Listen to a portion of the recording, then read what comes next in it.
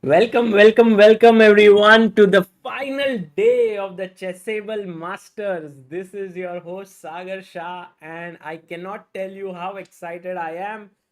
On the screen, you can see our young wonder kid, the one and only Pragnananda, in front of us, and up against him is the Chinese number one, world number two, Ding Liren. It's the finals of the Chessable Masters, and the format of the finals are 4 games today on day one, 4 games tomorrow on day two. Whoever wins day one, if he manages to win or draw day two, he wins the tournament. But if someone wins day one and then someone wins day two, we'll have tie breaks tomorrow of blitz 2 games. And then if that also is 1-1, then we go into the Armageddon. I hope that everyone's very excited. Please let me know your thoughts. Today we'll be having a few guests actually joining us. In fact, for the first game itself, we have the coach of Pragnananda, Grandmaster RB Ramesh, who will be joining us. So guys, people are saying in the chat that the sound is low. Guys, okay, I get you. Sound will be low, increased. Don't worry. I will increase the sound.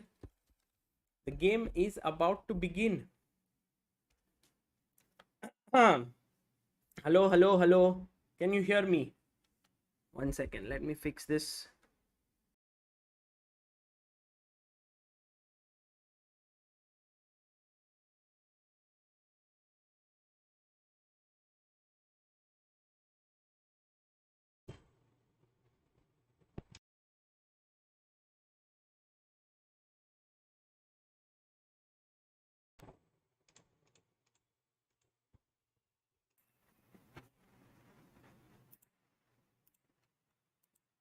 Okay, guys, my sound should be very good now.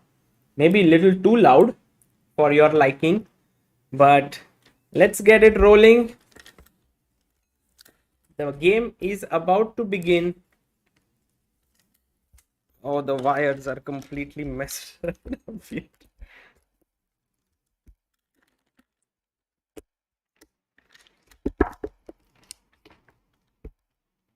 How are you doing, guys? Call AG, call VD. Okay, yes, we will. I will try my best. Also, there will be some surprise guests for you. We need a good fight.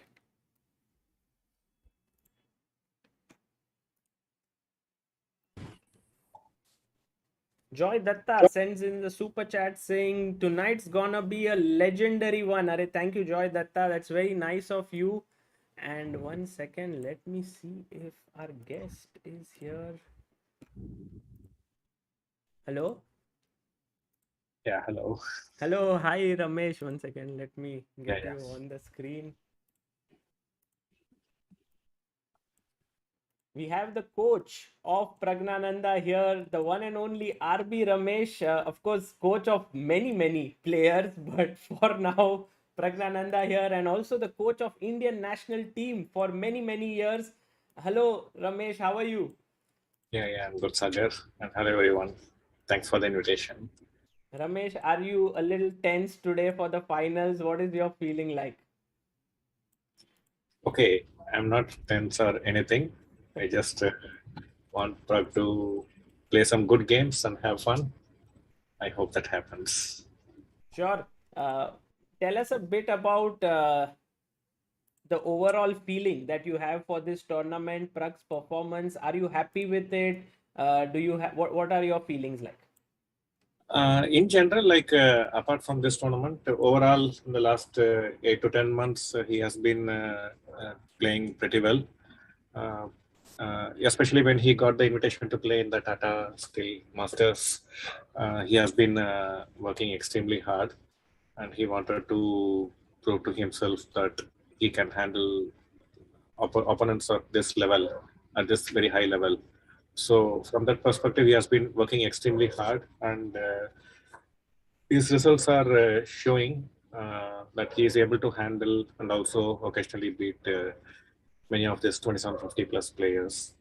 Yeah, absolutely. I mean, the number of players he has beaten is amazing. I want more of your thoughts, but shall we look at the opening for Yeah, the yeah. so Pragg with the white pieces opens with d4, knight Mm-hmm. f6, c4, e6, knight to c3.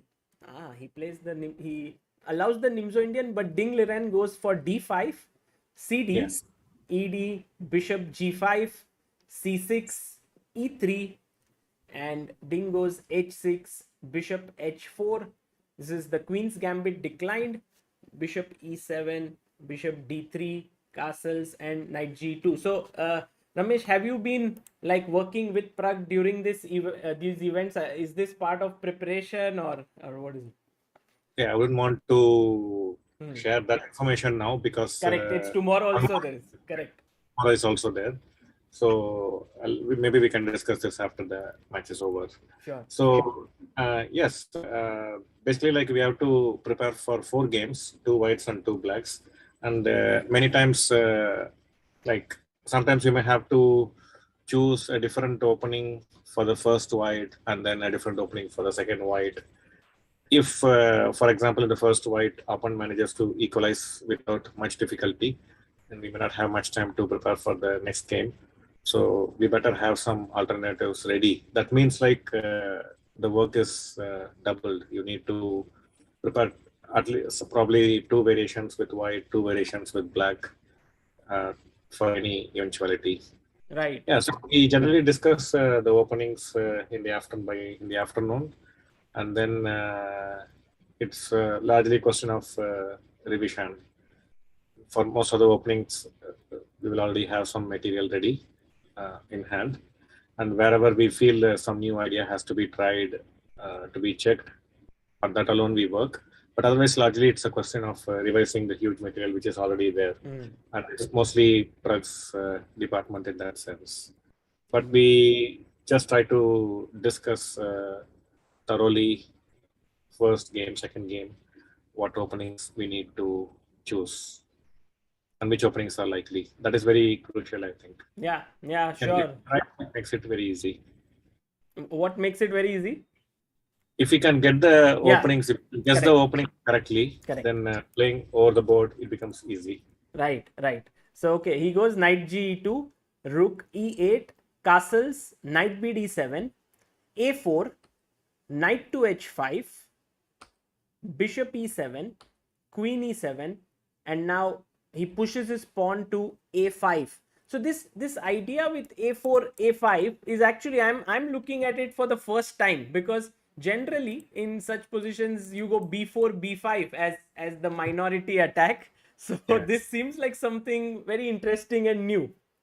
Like typically, like what is happening these days, like we play h4, h5 in most of the openings, Right. and now a4, a5 on the other side. Quite Yeah, he's played this a4 a5 here, and knight f8, knight c1, and knight moves to f6. So seems like a very nice small edge for Pragg. Yeah, like a standard position. Yeah, he doesn't have any weaknesses to worry about, but I'm little wondering why he went for this knight c1, and I thought he would try to move the bishop probably like to c2 and get knight d3 and b4, but he's going for knight b3, and this I'm not very sure, but probably like his logic is if he wants to go knight c5 and get b4, and if black tries to play either knight e6 or knight 6 d7 to prevent knight c5, that will also block the bishop c8 diagonal. It won't be easy to get the bishop out. So one possibility could be to get knight e6 and then bishop d7, solve that problem. But again, white probably can go knight a4 and get knight c5 anyway. So probably that's what he's trying to do. So one thing he need to be little careful about is that the king side, he doesn't have any pieces. All the pieces are shifted to the queen side and the center. So if black manages to get some attack, probably like let's say knight e6, knight g5, something like that, we just need to be careful. So the king should not feel very lonely. Right, right. So yeah, there can be a lot of interesting possibilities here. But as you said, a4, a5 has been played to secure kind of the c5 square for the knights, and there could be some pressure on the queen side. But Ramesh, yesterday, Yeah, talking about a4, a5, Pragg played one game against Anish, which had h4, h5, h6, grand final. and Yeah, many say that was an amazing game. In fact, even Anish himself felt that that game was really high quality.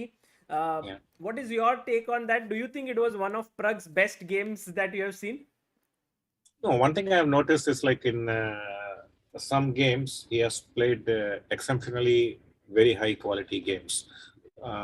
Even against the win against Levan Aronian, that was very high quality. Niels Gradelius game. So he has played few games with exceptional quality, and the particular game we are discussing, the one against Anish Gunfield, it was in general a good opening preparation. Till a large part of it, it was already known, like Yes. if it what could happen. So and but having said that, the way at some point Anish diverted from our preparation, and from then on, Pragg played very accurately, except for a very minor slip towards the end, which did not throw away the advantage altogether. But he played a very clean game. So I've noticed that many times he's able to play like stockfish chess. Yeah, exactly.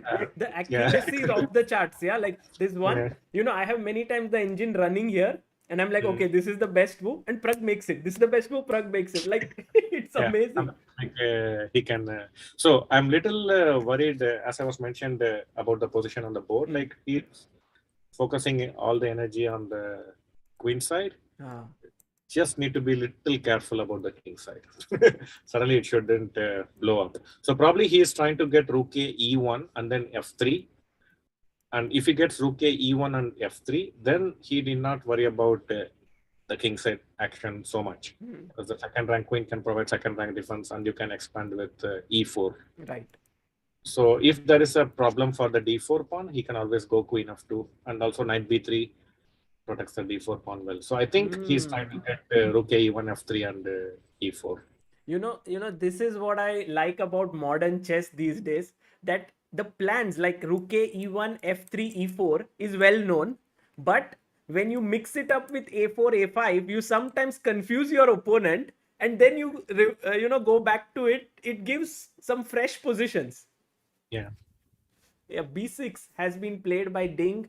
I yeah, think he is also preparing perhaps somewhere c5 in his mind. yeah. Yeah, Could be. and also like most likely Pragg will go for AB because you're getting a file for free, and Black cannot challenge with Rook 8 immediately. Hmm. But the thing about B6 is it takes away the C5 square, and also after even let's say AB, the Rook A1 becomes active, but the Knight on B3 becomes extremely passive, and we need Right. to notice these small details very quickly. Hmm. Once B6, let's say AB6, then it is probably I would immediately want to move my knight B3 away because job accomplished. Hmm. You know, B6, you got the open file, and after B6, the knight B3 becomes passive. It's immediately probably better to come knight D2, and then maybe like rook of B1 and B4. You can shift because he has already created some weaknesses on the queen side with B6. Hmm. Maybe instead of rook A E1 E4, he can shift the attention rook of B1 B4 after knight D2. Very nice. Very, very nice insights. In fact, now b6 has been played, and this knight is slightly uncomfortable as he does not have these squares. Ramesh, we have a super chat from Anant Narayanan who says, Mr. Ramesh is my friend. Shankar Bas's cousin. Uh, Friend's cousin. Ramesh is 7 years elder to me. I have played with him in my childhood in Krompet. Great couple, RB and Arti. Yeah, thanks for that.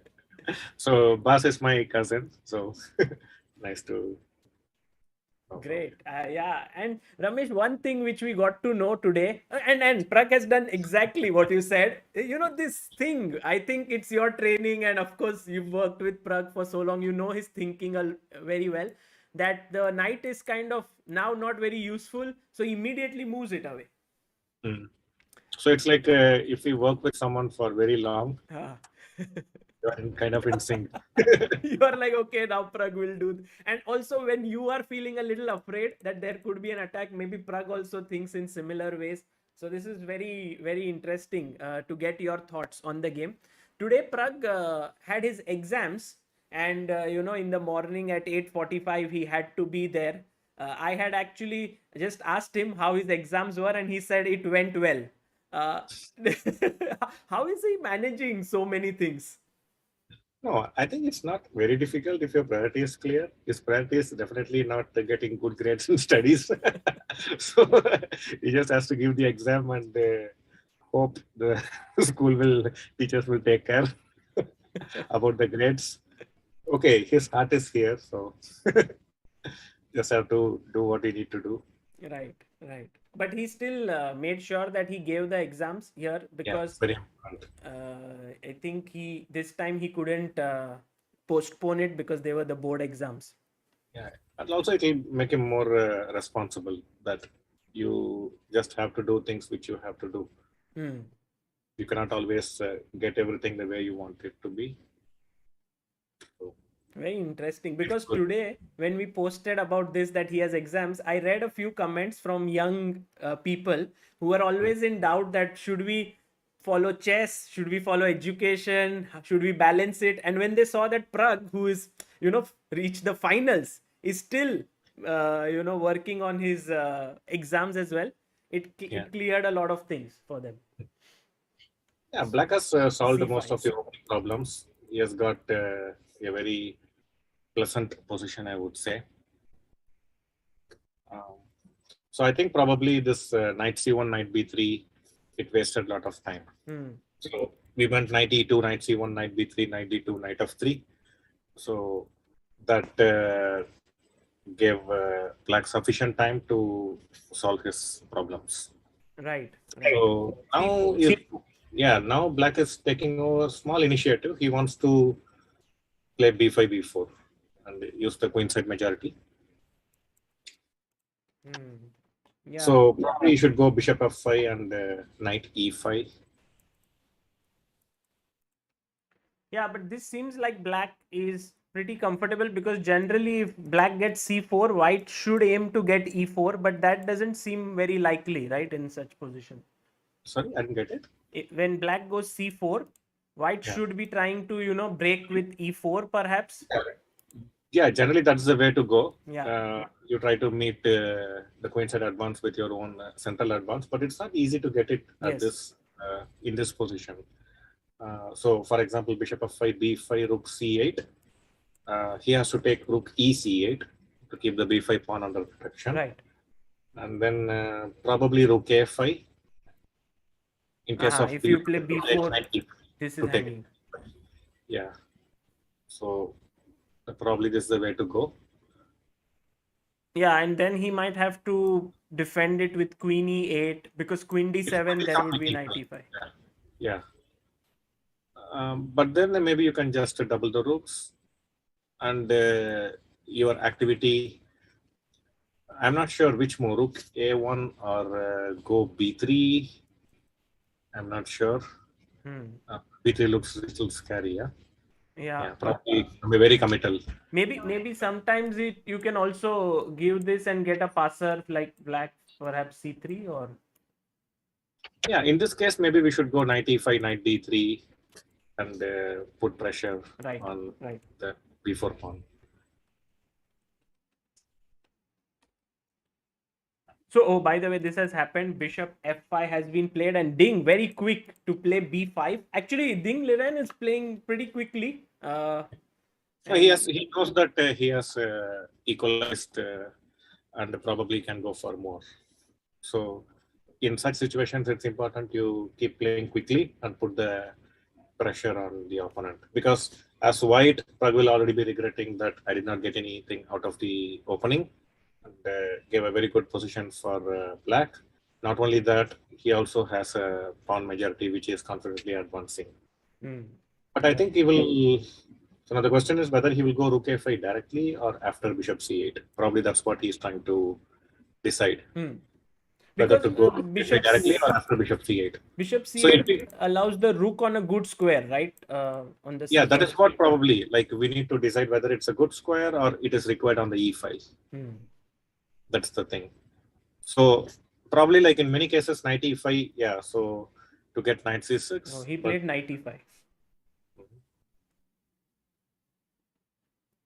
So but as you said, rook a5 looked very tempting to attack the b5 pawn, and actually it would not have been easy to defend the b5 pawn, right? Because now there is no queen d7, of course, and maybe bishop d7 can already be met with takes and knight e5. So perhaps he should have gone rook a5 directly, right? Yeah, probably rook a5 was a better alternative. And the computers don't seem to like this move knight e5. But we have seen time and again that many times what the computers think and what the players think during the game, especially when the time gets short, they vastly differ in the evaluations, because the computer sees much ahead and it notices some small details which is very easy to miss by humans. Right. Yeah, so here, why is it all of a sudden a big edge? Because Pragg is clearly threatening a fork here. yes. And I mean, Ding Liren would also be a little bit worried about it. So he will try to think how to stop it. Maybe he takes this. No, probably we should probably go b4. B4. Yeah, the point is you play knight c6 and the knight cannot come out. So if you do this, take here, then you... Yeah, you capture on c3 and... okay, here... maybe bishop and knight comes out from here, perhaps. Yeah. So probably not queen d6. Or maybe you take on f5 first. First take here. Take here. And now maybe take here, so you get this b2 pawn. Yeah, knight a6 c b2, you don't have queen b2. Yes. So this and c3 coming in. Yeah. So he might have to take back, but then it's two knights for a rook, and black is better. That's clearly better. So b4, he can't play this. The knight, yeah, we cannot play knight c6. We have to move the knight away. And then knight a4 or maybe knight e2. Maybe knight e2. Because knight a2, the problem is you cannot activate the rook anymore. But I was thinking if we can get our knight to c5, but maybe there is some... yeah, so probably queen c7 maybe. The point is if knight c5... you want to take on e5. No, but then f6 could be hanging. Yeah, sure. After rook e5, d e5. But maybe like you can take on f5 and play knight e6. After knight c5. Yeah. Okay, yeah. Maybe knight c5, take, and knight e6. And put knight e6. It doesn't like it. Knight a6. Yeah, there's a tactic here, so can't do that. So actually this position, I mean, knight a4 also looks interesting, but knight e2 also possible. But Ding actually has gone bishop f5, queen f5 he has taken. And now he has played b4. So he first took on f5 and then... Yeah. So generally what my view is, like in positions where it is pure knight versus knight. So in this case, two knights versus two knights. Then space advantage is really important. The one who has more space have a very good right to play for an advantage. So, so here black has more space on the right side, so it's easier to play for black. So why would you say like space advantage very important when knights on the board and maybe not, like, is it because of knights or bishops also? And I mean, in general, so when I was young, I understood like close positions knight plays well. So I thought, and then later when I became a coach, I understood that when you have cramped position, the knights don't play well. In close positions, knights play well. but not in cramped positions. So when one side has more space, then the other side position is very cramped, and in such situations, the knights don't play so well. Right. Okay, so Yeah. knight e2 played by Pragg. Mhm.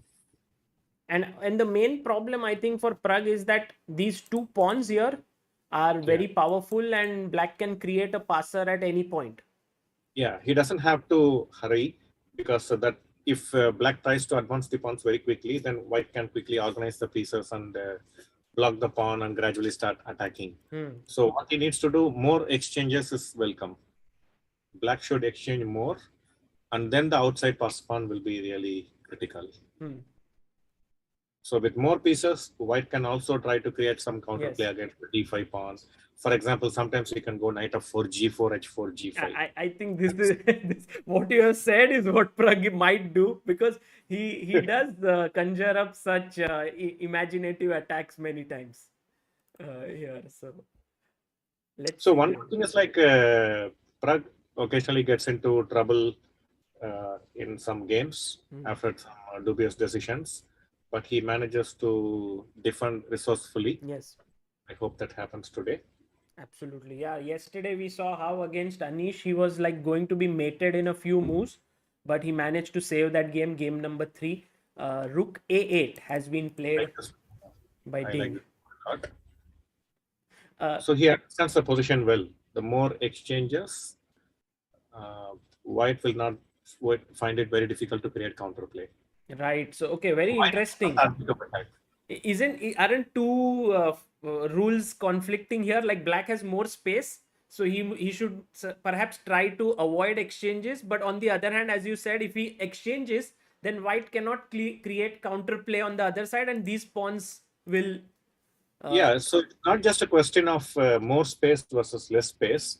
And here the most critical factor is he has potential pass pawn 2 versus 1. And it is not easy for white to create a pass pawn himself. So white has pawn majority in the center, 2 pawn versus 1, E and D versus D pawn. And the only way to get something out of that is to play f3, e4. So only when we get f3, e4, he can manage to create a pass pawn. But that can also loosen white's pawns in the center. They can become a target themselves. Right. So the main factor is more than the space here. It is the 2 pawns on c4 and b4 that is going to play a critical role. So so Pragg is trying to create some counterplay. Knight f4. Yeah, he's brought his knights up, and if it goes g4 and h4, but I think maybe g4. Okay. Maybe start with h4, not g4, to hide the g4 idea. The g4 probably is a bit too committal, but all depends on what he wants to do. Ramesh, how is Pragg so resourceful in general in defense? Is it because he's tactically very strong, or what would you say is the reason? No, I think there are many players who are tactically very strong, and almost all the strong players are tactically very strong. So I don't think that is the distinguishing feature. It's more to do with the mental setup. You have to uh, believe in your ability to find resources in difficult situations. It's easy to give up when things get really tough. But in Pragg's case, one thing is like when he was young, he was not very strong in his opening preparations. So many times he found himself to be in difficult situations. Right. So he had to wriggle out from his very young age. So it has kind of become one of his personality traits, I would say. Amazing. Yeah, this is very nice that some of your weaknesses can also become your strength at some point. It can hone your strengths at some point. Yeah. So many times that helps, but also it can backfire. For example, you may not be very careful, and you may subconsciously encourage bad positions because you believe in your defensive capabilities. So it could go that way also. So you may compromise on being precise. You may say like, even if I'm not precise, I can still find some resource. Right. So that kind of complacency can set in. Yeah, this is something that is very unique. Like while Pragg is thinking, there was this one thing which I wanted to ask is that Pragg, as you said, had some weaknesses in his play, and there was a point where he had kind of stagnated a bit, like he was working on his chess but not gaining the rating and all. But now it seems like that thing, he has worked on it and he's improving, and he has been able to sort it out. So it's always like these phases happen. Yeah, even though he's just 16, he has seen a lot of ups and downs. Mm. Yeah. Yeah, Pragg, I mean, every player will have some issues at different level. And what usually happens with players who are improving very quickly, what happens is like they will have some issue. We work on those issues, and then that kind of tempers out. But then some new issue crops up, and then we work on the new issue, and then something else crops up. So it's always like this. If we play too fast, we make some tactical mistakes, or we miss some critical moments. When we slow down, we get into time trouble, and so on. So if one thing goes, something else crops up, and I think that is very good also, because you are constantly on the alert. You're trying to constantly work on your weak areas and try to get better. So also you get to know about yourself much better. So Pragg is running very short of time. Yeah. Right. So now going h4, g4 doesn't make sense, because after knight f4, the pressure on d5 pawn will be less. So the move 96 is really good, because the knight f4 pawn was keeping pressure on the d5 pawn. So Ding wants to exchange that knight f4. Right. And release pressure on d5. What desperately White needs is some counterplay. Right. He has to attack these pawns, either the b4 pawn or the d5 pawn, which will give him some counterplay. He needs some target for his pieces. But it That's seems what I like think is he's trying not to able deny. to create some play right here, and Ding is being very prophylactic. Yeah, it's very professional, and that's one good thing about all these strong players. They are not trying to do anything crazy. He's not trying to push the pawn immediately and promote it. He knows that in the long run, these pawns will play a damaging role. So he's just removing all the active pieces from White's position.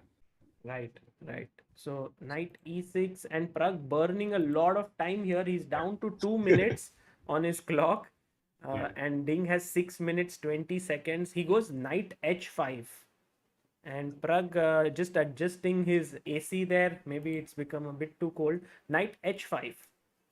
Mm. I think so. He's trying to remove the knight f6 so that some pressure on d5 can happen. By the way, funny It's like, Verma. Sorry, yeah, go on, Ramesh. but the thing is, like, after knight h5, queen h5, the queen goes away, and the attacking potential also reduces drastically. Yeah, you don't have pieces to attack, and as we already know, black has his trumps here on the queen side. So Pragg desperately looking for some play, but Ding Liren is not going to give that to him so easily. Funny Verma says, question to Mr. Ramesh: at what age Pragg joined in his academy, enjoying his analysis after World Chess Championship 2013? Yeah, so Pragg joined when he was probably around 7.5 years old. Like when it happened, like there was a function. Probably he made a blunder. Knight c4 is happening.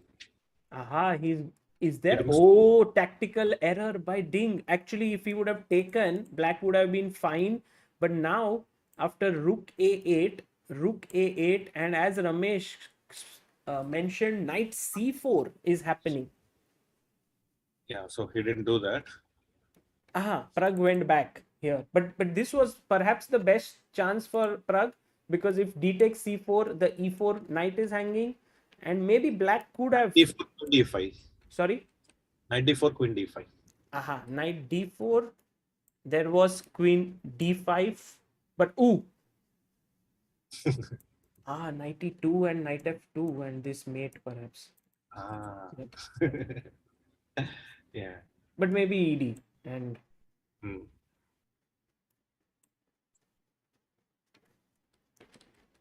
Yeah, and then maybe queen b5 or rook e1. But we need to be careful about the back rank as well. You mean here, and queen d5 perhaps. attacking the rook on c4. And after rook c8, maybe rook e1. He doesn't like it very much. What is Yeah, that? maybe rook d8 is what it is suggesting, but Queen c4, knight d2. hmm. Yeah, so not queen d5. Yeah, this is also maybe Yeah, but Pragg might have also checked that and he might not have liked it. It's also possible, right? hmm. He played knight g3.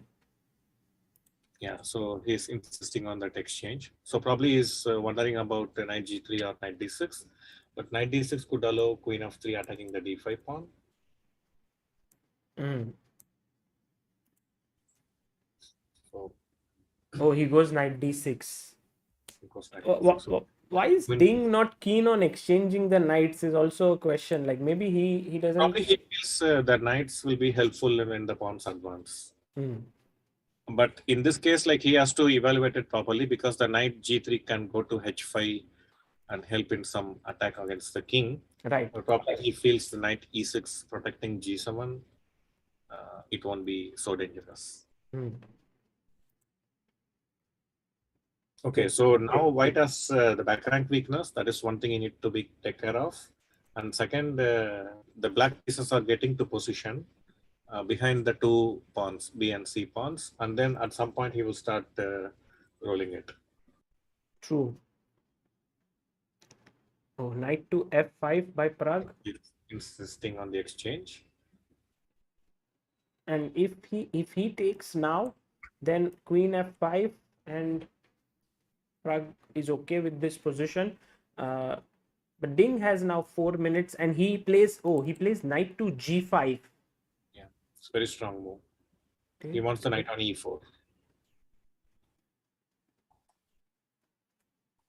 So it's extremely strong.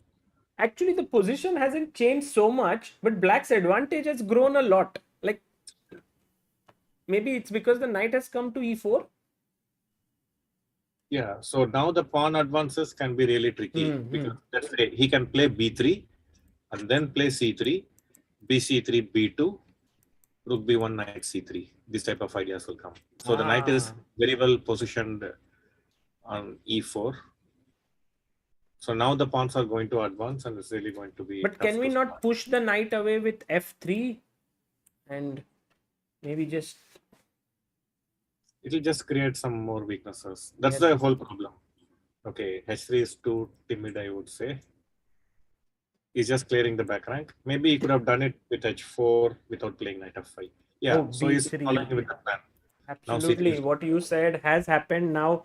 As Ramesh mentioned, c3, b takes c3, b2, and then knight takes c3 is also in the air. So very difficult for Pragg to hold this now.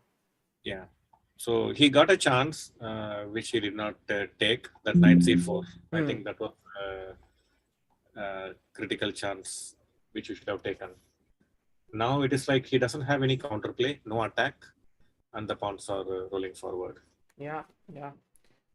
After the So he game has ends, his- Ramesh, do you interact with Pragg? Do you talk to him or how is it? No, it depends. Sometimes we chat. Sometimes he just wants to relax. So we'll not be preparing much in between the games, unless like some emergency.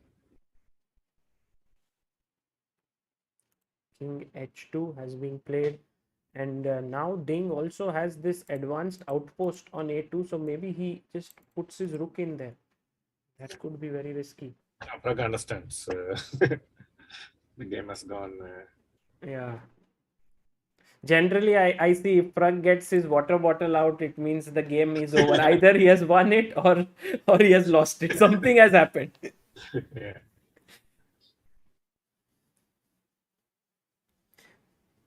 So C3 has been pushed. But if there was one thing that you had to say, like what differentiates Pragg as a player from these top players now and that he has to still work on, what would that be?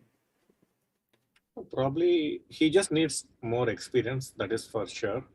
Uh, it's only in recent months he is playing this level of opposition, but it's a good thing. Like it's happening every month.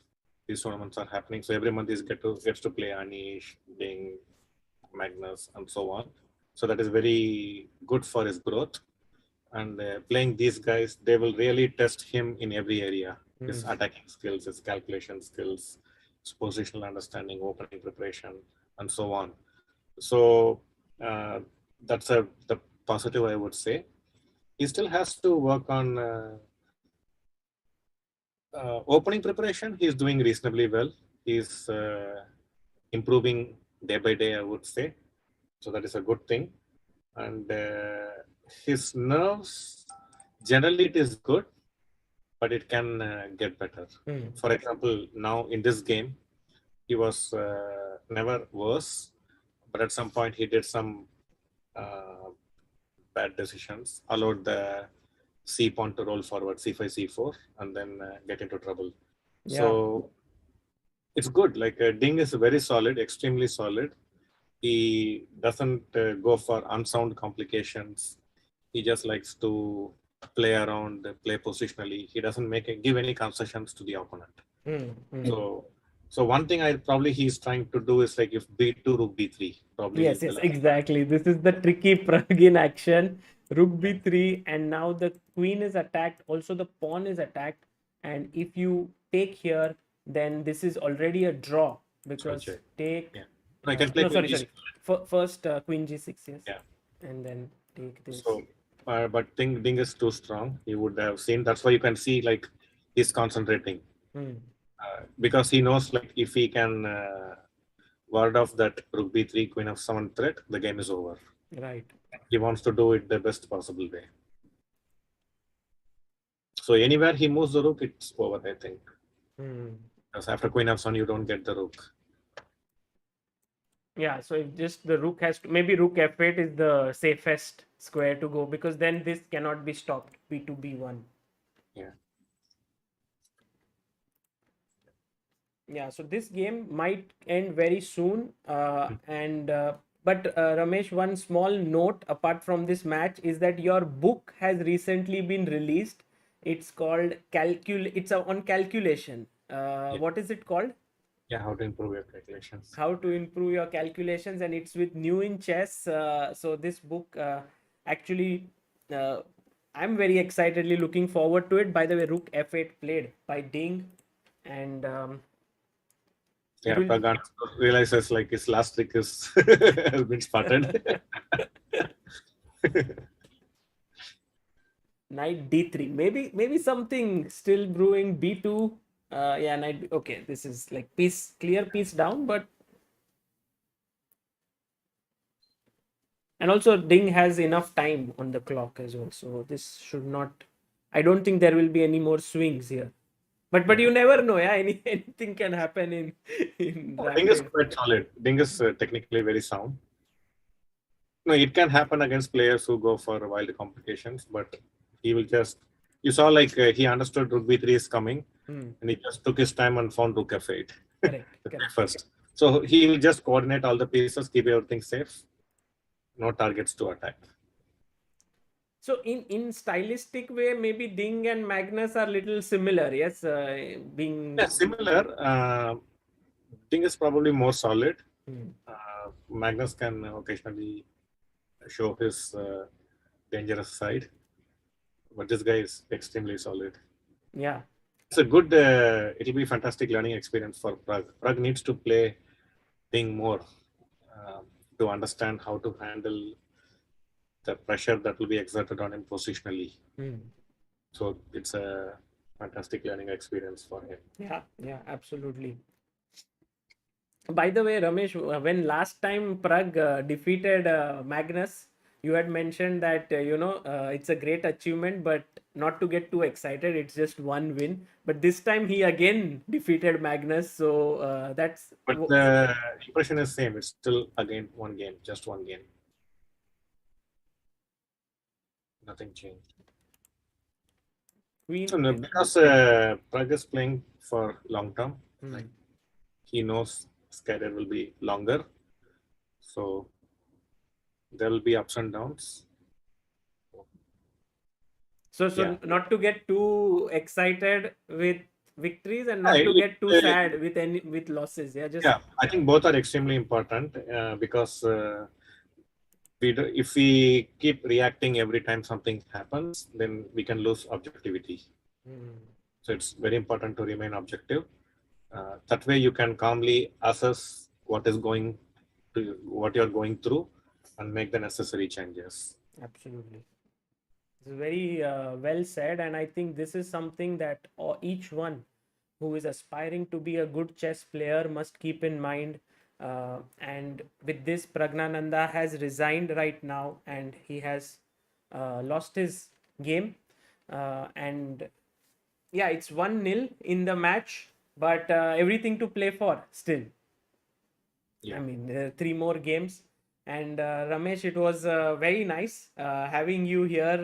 And you would be following this match, yes, throughout today, or what? How do you do usually? Like when, because it goes on late in the night.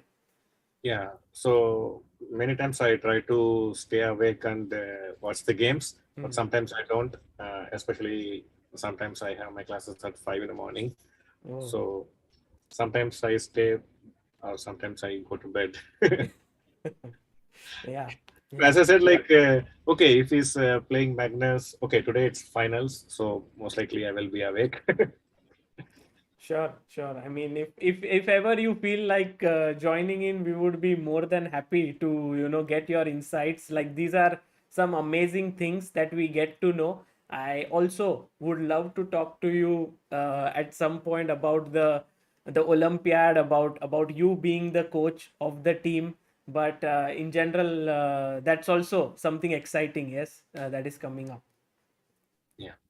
Okay, so I'm also having the WhatsApp open, so Ah, in case messages me, so you don't have to worry. you Yeah. mean okay, okay, in that way. Someone in the chat was mentioning like probably no, Pragg I think will simply be trying to relax and get his nerves back in shape. That's very important. Like he will just have like few minutes, few crucial minutes before the game.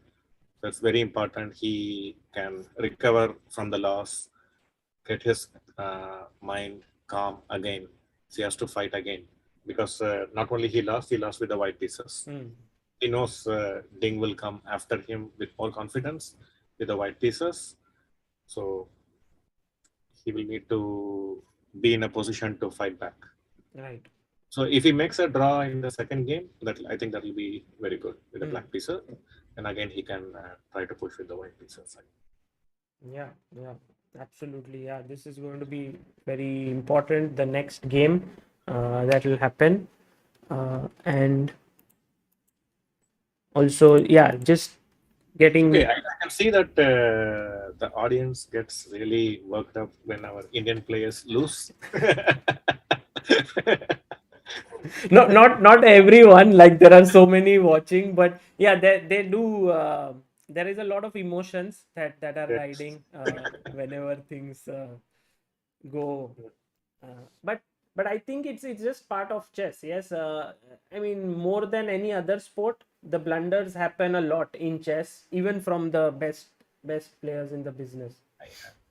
So, okay, I work with Pragg. I am also little sad that Pragg lost, but this is life. So I would just uh, request the audience not to get so upset.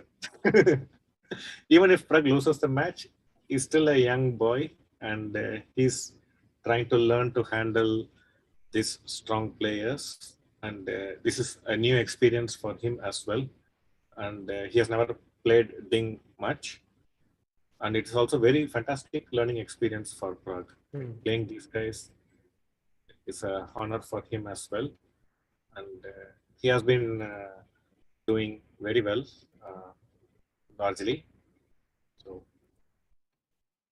Yeah, true. No, I completely agree with you that there are, I mean, whatever happens in this finals, already Prague has achieved so much from this tournament, and also in the recent months, he has improved so much and he's improving. And as you said, it's a long term game. And this is exactly what I have seen in Prague, the ability to stick there long term, to think long term, to not be. Many times I ask him like, okay, how many rating points you have gained, or how many what prize money you have won, and he's always oblivious to these things. He doesn't know. He just knows what So, the moves yeah, that he. even when he was very young, one of the things we discussed is like to not watch in chess results. For example, I've seen many young players when they are playing in a tournament, they watch the chess results and then they see how much rating they are gaining or losing after every game. And then if they are gaining some points, they become very happy and it can make them careless. And if they are losing some points, they get very disheartened, they get very upset and start making mistakes and losing more games than they should. So they start reacting too much. And I've told Pragg not to look at the pairings, especially what is happening to his rating. So if you ask him what is happening to his rating, whether he's, let's say he's playing Reykjavik after 7 rounds, how many points you are increasing, he would say, I don't know. And so we are trying to not look at these things with too much attachment, because it's very important. He still needs to improve his chess. There are many areas he still needs to become very strong. There is a lot of learning to happen, and it's very important to keep focus on that, laser sharp focus, that he has to learn from every experience. He has to learn. That's the only way to grow stronger. And I And think if you he, you always bring the focus back to that, right? If he has won, you are like, okay, what did you learn? If he has lost, what did you learn? So I think that's yeah, a very so important role of a coach. I think that he has learned already, probably like a couple of years ago, I would say. So one thing I remember, like when Pragg was young and they started working we started working together. So only once I have heard his mother complain about Pragg. She said like, sir, I have a complaint. I asked what?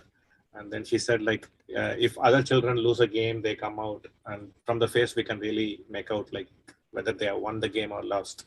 But Pragg always comes out laughing, smiling. So even if he loses a game, he comes out smiling. And I think he's not really serious about chess. Then I would say like we should actually be happy, because such a young child, he knows how to take losses in a mature way. He does not want to get bogged down by the defeats, because he is going to face defeats a lot in his career. So he has already learned. And, it is very important us as adults learn from him how to take losses without it becoming too personal. Amazing. So otherwise, I'm really happy that to see that the Pragg can take losses sportively. I remember in Oslo when he lost a match against Anish Giri in the finals. He lost the match, and he lost the title as well. And he came to the room, like every player was given a room. I was in that room, and he came, and for a couple of minutes he was like sitting like this, a bit upset. And then I just kept quiet, didn't say anything. And then after a couple of minutes I said, okay, come, let's go, Pragg, let's watch what is happening in the other games, because they had a demo board showing the other games. So let's see what is happening in the other game. And Pragg said, 2 more minutes, sir. And then for 2 more minutes, he was sitting very sad. And then he said, okay, now I am ready. So 4 minutes. And then we went to the demo board and they started analyzing the other games. And within a few minutes, he became very normal. I think that's very important. Like he knows that he is going to be beaten many times, and there will be many, many painful losses, and it can happen anytime, unexpected moments. So, but main thing is every experience should make him tougher. Right. This is the way to get tough. Unfortunately, you have to get beaten at times. Yeah, Get the absolutely. perspective back. It is a lot of defeats, and it is a long term thing.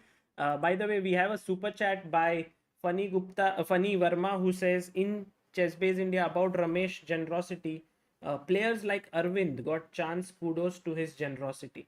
Yes, I would say that Ramesh also has helped a lot of players. He has been working with many players without fees. he has been helping them. In fact, many of them are also helped by his foundation, which is Chess Gurukul. So there's a lot of work that is done behind the scenes. In fact, recently there was this one E4 project where 8 chess players were helped with laptops and also cash prize. So Ramesh, you're doing a phenomenal job, apart from, of course, training. Yeah, okay. Uh, I've seen many parents, uh, how to say, break up, like collapse because of very tough financial situations, and they feel the pain. Like they are not able to support their children's ambitions. Many times the children are very talented and they are not able to support, and it's really painful to watch. Yeah. And that's when me and Aarti decided to form a charitable trust, and I contacted many of my classmates from school and asked them to contribute like 1,000 rupees every month, something like that.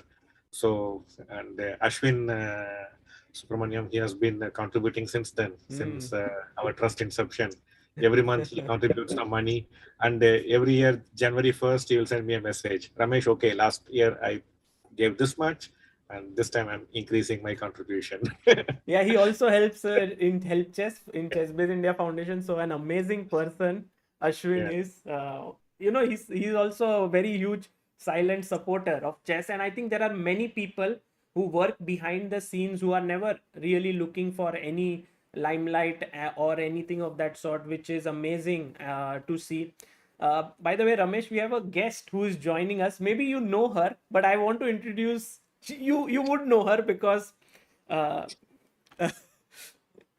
let me. Amrut. No, no, no. Amruta is here, but. Okay. Under Indian Hello, champion. Charvi. Can you hear us? Yeah, Charvi, is your name Charvi or Sharvi? Charvi. Charvi, yes. By the way, guys, Charvi is here with us. She is the national under 10 champion of India, national under 8 champion of India. She's also national schools. Recently, she played under 9 and she played in open category with the boys. So very brave, very talented, and Ramesh is, of course, knows her very well because Ramesh's wife Aarti is her trainer. And Ramesh, do you have you interacted with Charvi before? Yeah, so there was a FIDE trainer seminar happening at Bangalore, and I'd gone with my wife and son, and Charvi was there, and she had come to our room, and I met her many times there, and she was working with Aarti during the seminar. So exceptionally talented girl, very brave, very confident, and I always keep saying like.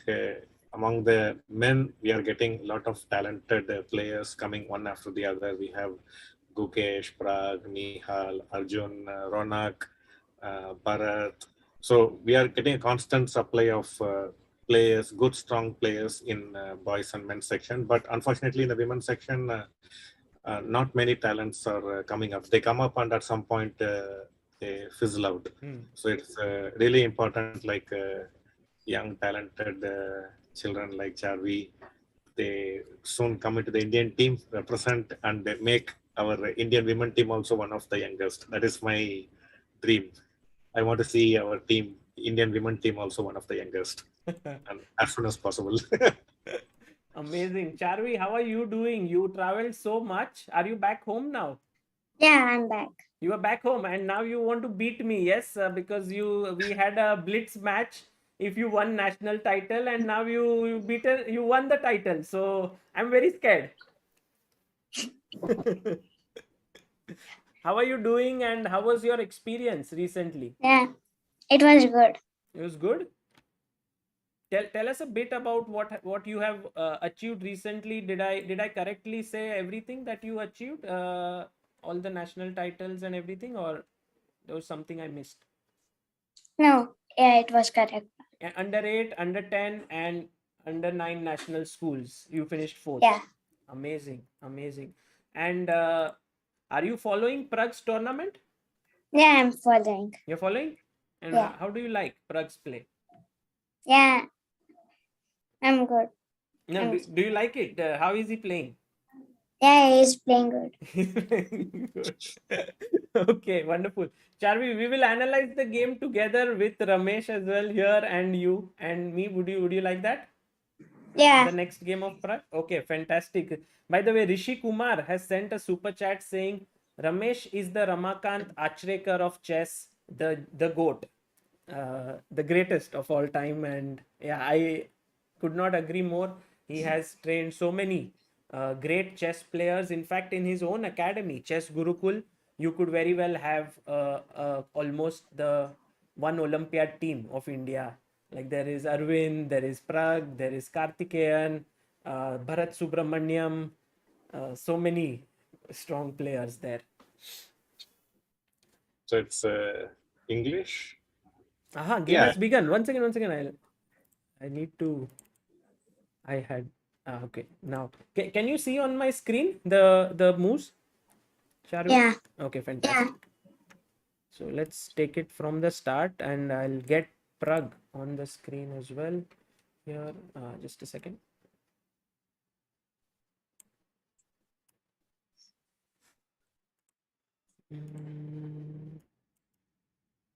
Just fixing this.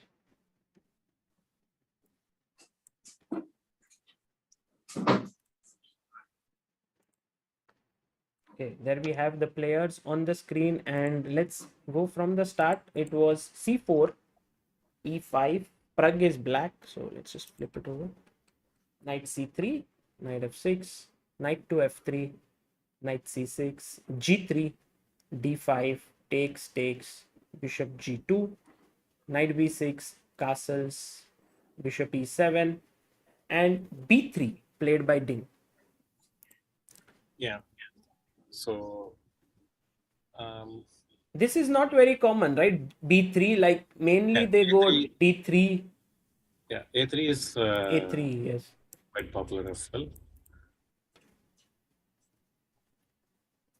But d3 is also one move, and a3, but b3, bishop b2, and yeah, bishop b2 has been played here, and castles has happened. So it seems like Ding has already played this against Nakamura Okay. in last year's Chessable Masters, and this is what Pragg was also telling in the afternoon, mentioning this. So it is quite possible that Pragg has prepared this, but right now there are many plans in this position. Charvi, what do you think here should Black do? Yeah, I'm just thinking about like playing bishop e6. Just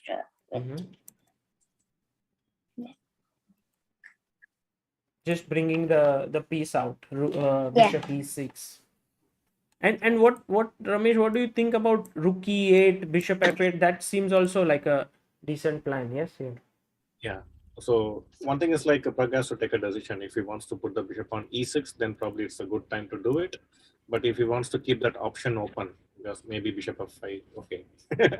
Oh, bishop f5. What is the idea of putting the bishop there? Probably like he wants to discourage d3, e4, and d3. knight e4. Sorry, d3, knight e4. Probably he wants to. Normally, like they want to get rook c1, knight e4, knight c5 ideas. So probably that is one thing.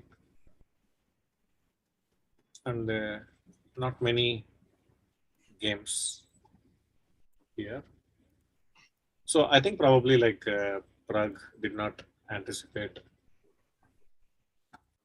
this b3 setup. Let's see. Okay, so bishop f5, and also one more plan could be queen d7 and bishop h3. There. Yeah, it's on bishop h3 that was possible with bishop e6 as well. Right. And if he does not play d3, then black can get e4.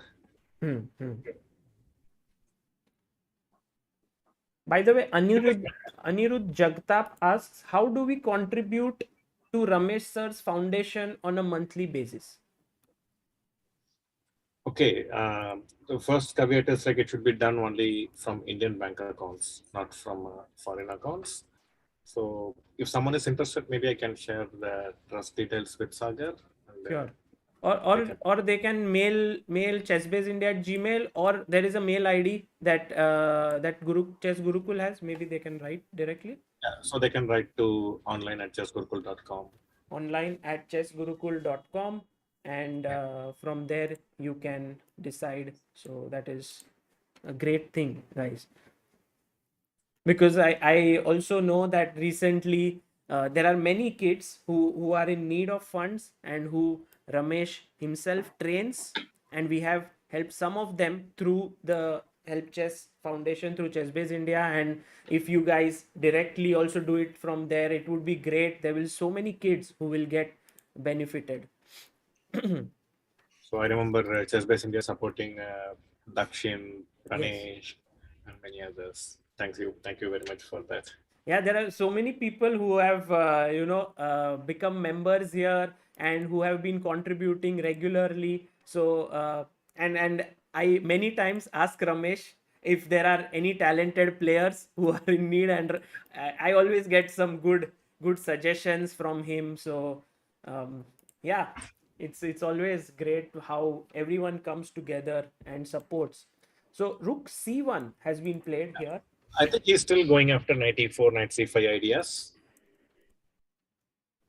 Otherwise, rook c1 doesn't make sense. So probably he's not.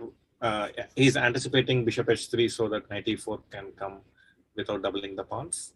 So in a way, rook c1 also kind of positionally prevents bishop h3 idea. So if I do bishop h3, you think he will take and go knight e4? So that's the question, like whether he should take and go knight e4 or to go knight e4 directly. Oh, okay. So that's a decision he needs to think and decide. But Pragg has gone rook d8. So he kind of keeps the pressure on e4. Doesn't want to allow knight e4 so easily. But I would have preferred maybe f6 so that he can go knight d4.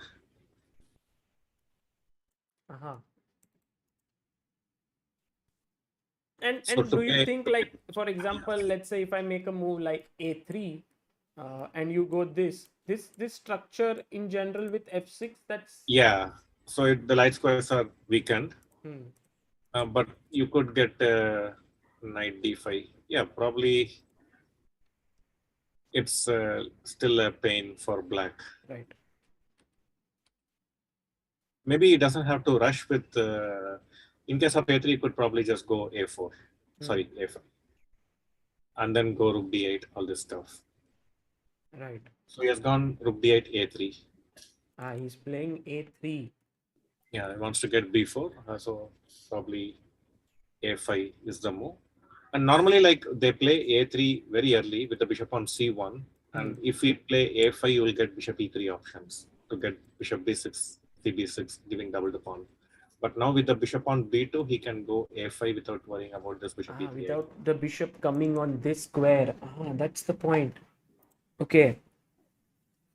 Charvi, should we play a small game with you? Yes. Before every move of Pragg, you should tell what you think will play, and if your move matches with Pragg, we will see. Shall we do that? Yeah. Okay. So b4 has rook e8 Pragg played, and b4. So what do you think? Should we play? And meanwhile, of course, Ramesh, you can of course tell about your thoughts on this position, but so probably like rook e8, the idea is bishop f8, I think. I don't think he'll go for f6 with rook on e8. But this allowing b4 is a slightly interesting decision. As you said, he could have prevented with a5, but he allowed it with rook. But probably he did not want to allow the knight to b5. A5 weakens the b5 square. So maybe not immediately, but at some point, let's say queen c2 after some preparatory moves. So probably that's the reason.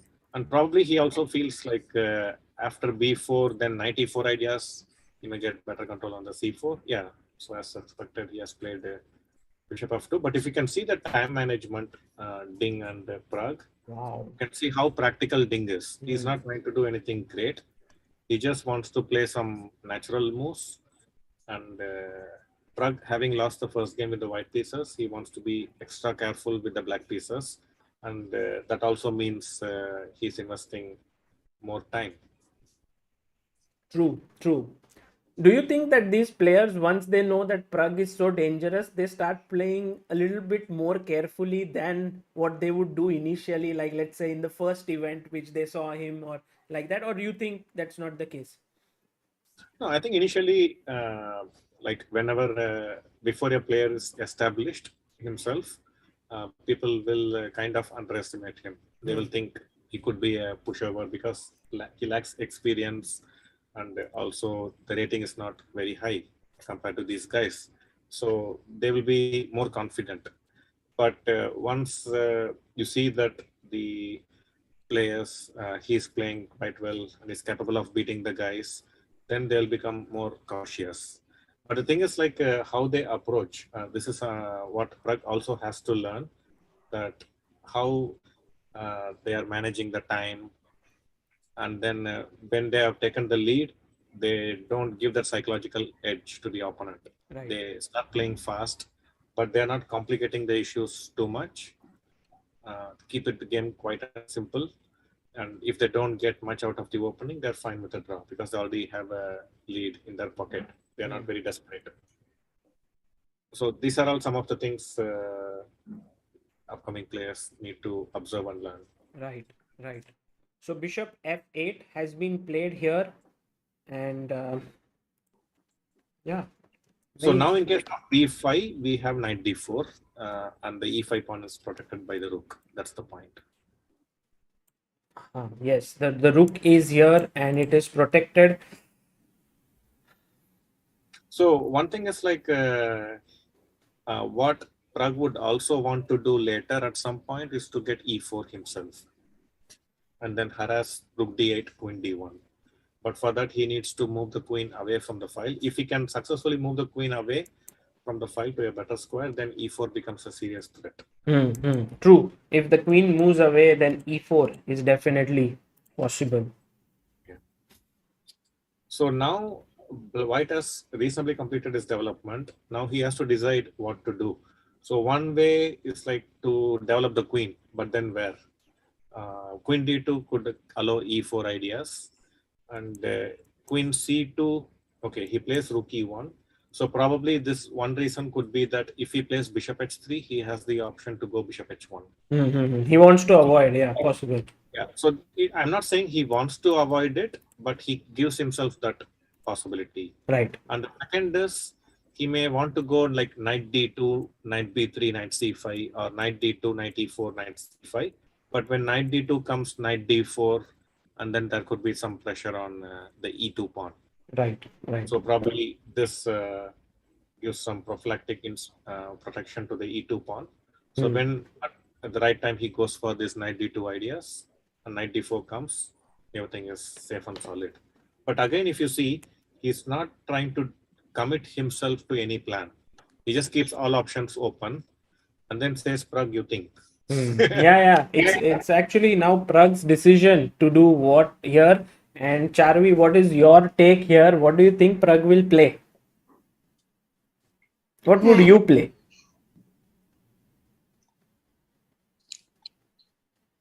Charvi, do you go to sleep very early? No. No? Is this okay, or is already like very late for you? No, I'll sleep at like 12 o'clock and all. Oh, okay. So this is still you're fresh. I thought you were a little sleepy. So what would you play? You know, Charmi is like that player who does not tell the move very quickly. Yeah? She wants to make the best move in the position. Probably like she wants to think and then take a decision. Correct. She wants to be responsible. That's very good, right? In a way. Very good sign. Very nice. Yeah. Very good sign. Okay. Now, I have seen many kids can play some loose moves emotionally. She doesn't want to do that. That's a good thing. Yeah, Yeah, I excellent. think Black has solved most of his problems. And A5 is a very nice move. Now, A5 now that provokes B5, right? yeah, and also not only that, it also makes the A3 pawn a target. Uh-huh. And at some point, we could get like A4. And Yeah, I was also thinking about A5. You were oh nice. So you thought of A5 and Pragg has played it. But Charvi, what will you do if Pragg goes if Ding Liren goes B5? What's your plan? Yeah, I'm just thinking about where should the knight go to D4. Mm-hmm. I'm thinking. Knight to D4. Ramesh, that looks like a good move. Yes, Knight D4. yeah, yeah. I mean, everything has been leading up to playing Knight D4. So the moves Rook E8 and Bishop F8 is protecting the E5 pawn, which means he wants to move the Knight C6 away. So instead of playing Knight D4 directly, he wants to provoke A5, B5, and then only go Knight D4, so that the B3 square and also especially the A pawn can be a potential target for Bishop F8. So I think Nice. what Pragg has done is really good. He has solved most of his problems, and so now Ding has to be careful. Like Pragg has completed his development. Now you can see that Ding's also taking more time. So that's a good sign for Pragg. Yeah, they are now. Ding has from 15 minutes he's come down to 10 minutes on the clock. And also Yeah. Pragg's position is around equal, maybe even slightly more pleasant, yeah, to play as black. Yeah, so now he wants to. So basically, he had to take Oh, a he decision to took. play B5 or BA5. Wow. I mean, taking that seems to, weaken his A3 pawn. Now that's isolated. No, but you can see, like, we saw that he wanted to go Knight D2. So he is controlling the B3 weakness. And now there is some pressure on the B7 pawn and also Rook C1, C7 pawn. So what pawn structure Pragg is going to have on the queen side is important. So if he plays C6, then the knight A5 could be misplaced. So he plays H6. very practical move. And it's a very important thing. What is I was thinking, like, he should decide what to do about, maybe go C6 here or maybe look for something active. Yeah. But what's the point of H6? So one thing is like the timing. That is very important. So one is once you have completed development, if you have a direct plan, we can consider going after a direct plan. Like let's say H5, H4 or Oh E5, yeah, C. now that you say it, it looks very nice. H5, H4.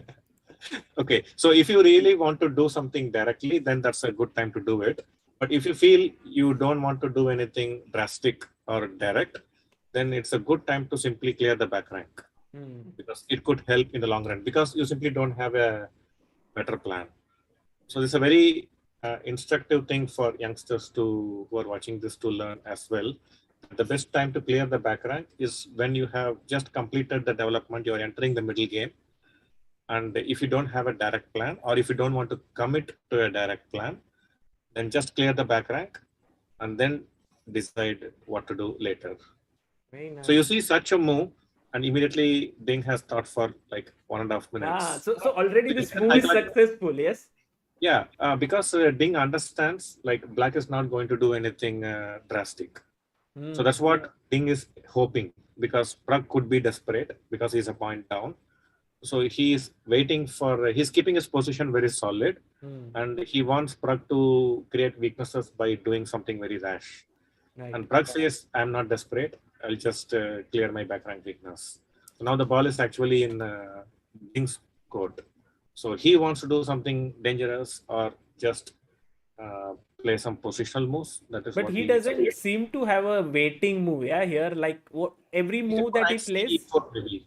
Knight C4. Yeah. Okay, he can try to get knight C5. Right. And one thing, this is very H4. What's this happening? Yeah, he's becoming very ambitious. I don't know. Don't but understand. He doesn't have pieces there on that side. Yeah, this is very anti-positional. Charvi, what is your thought on H4? I'm also getting shocked. Shocked, yeah, it's shocking, yeah, H4. And I think Pragg will take his time now, right? Because he would not have expected h4. No, it depends. Like whether you want to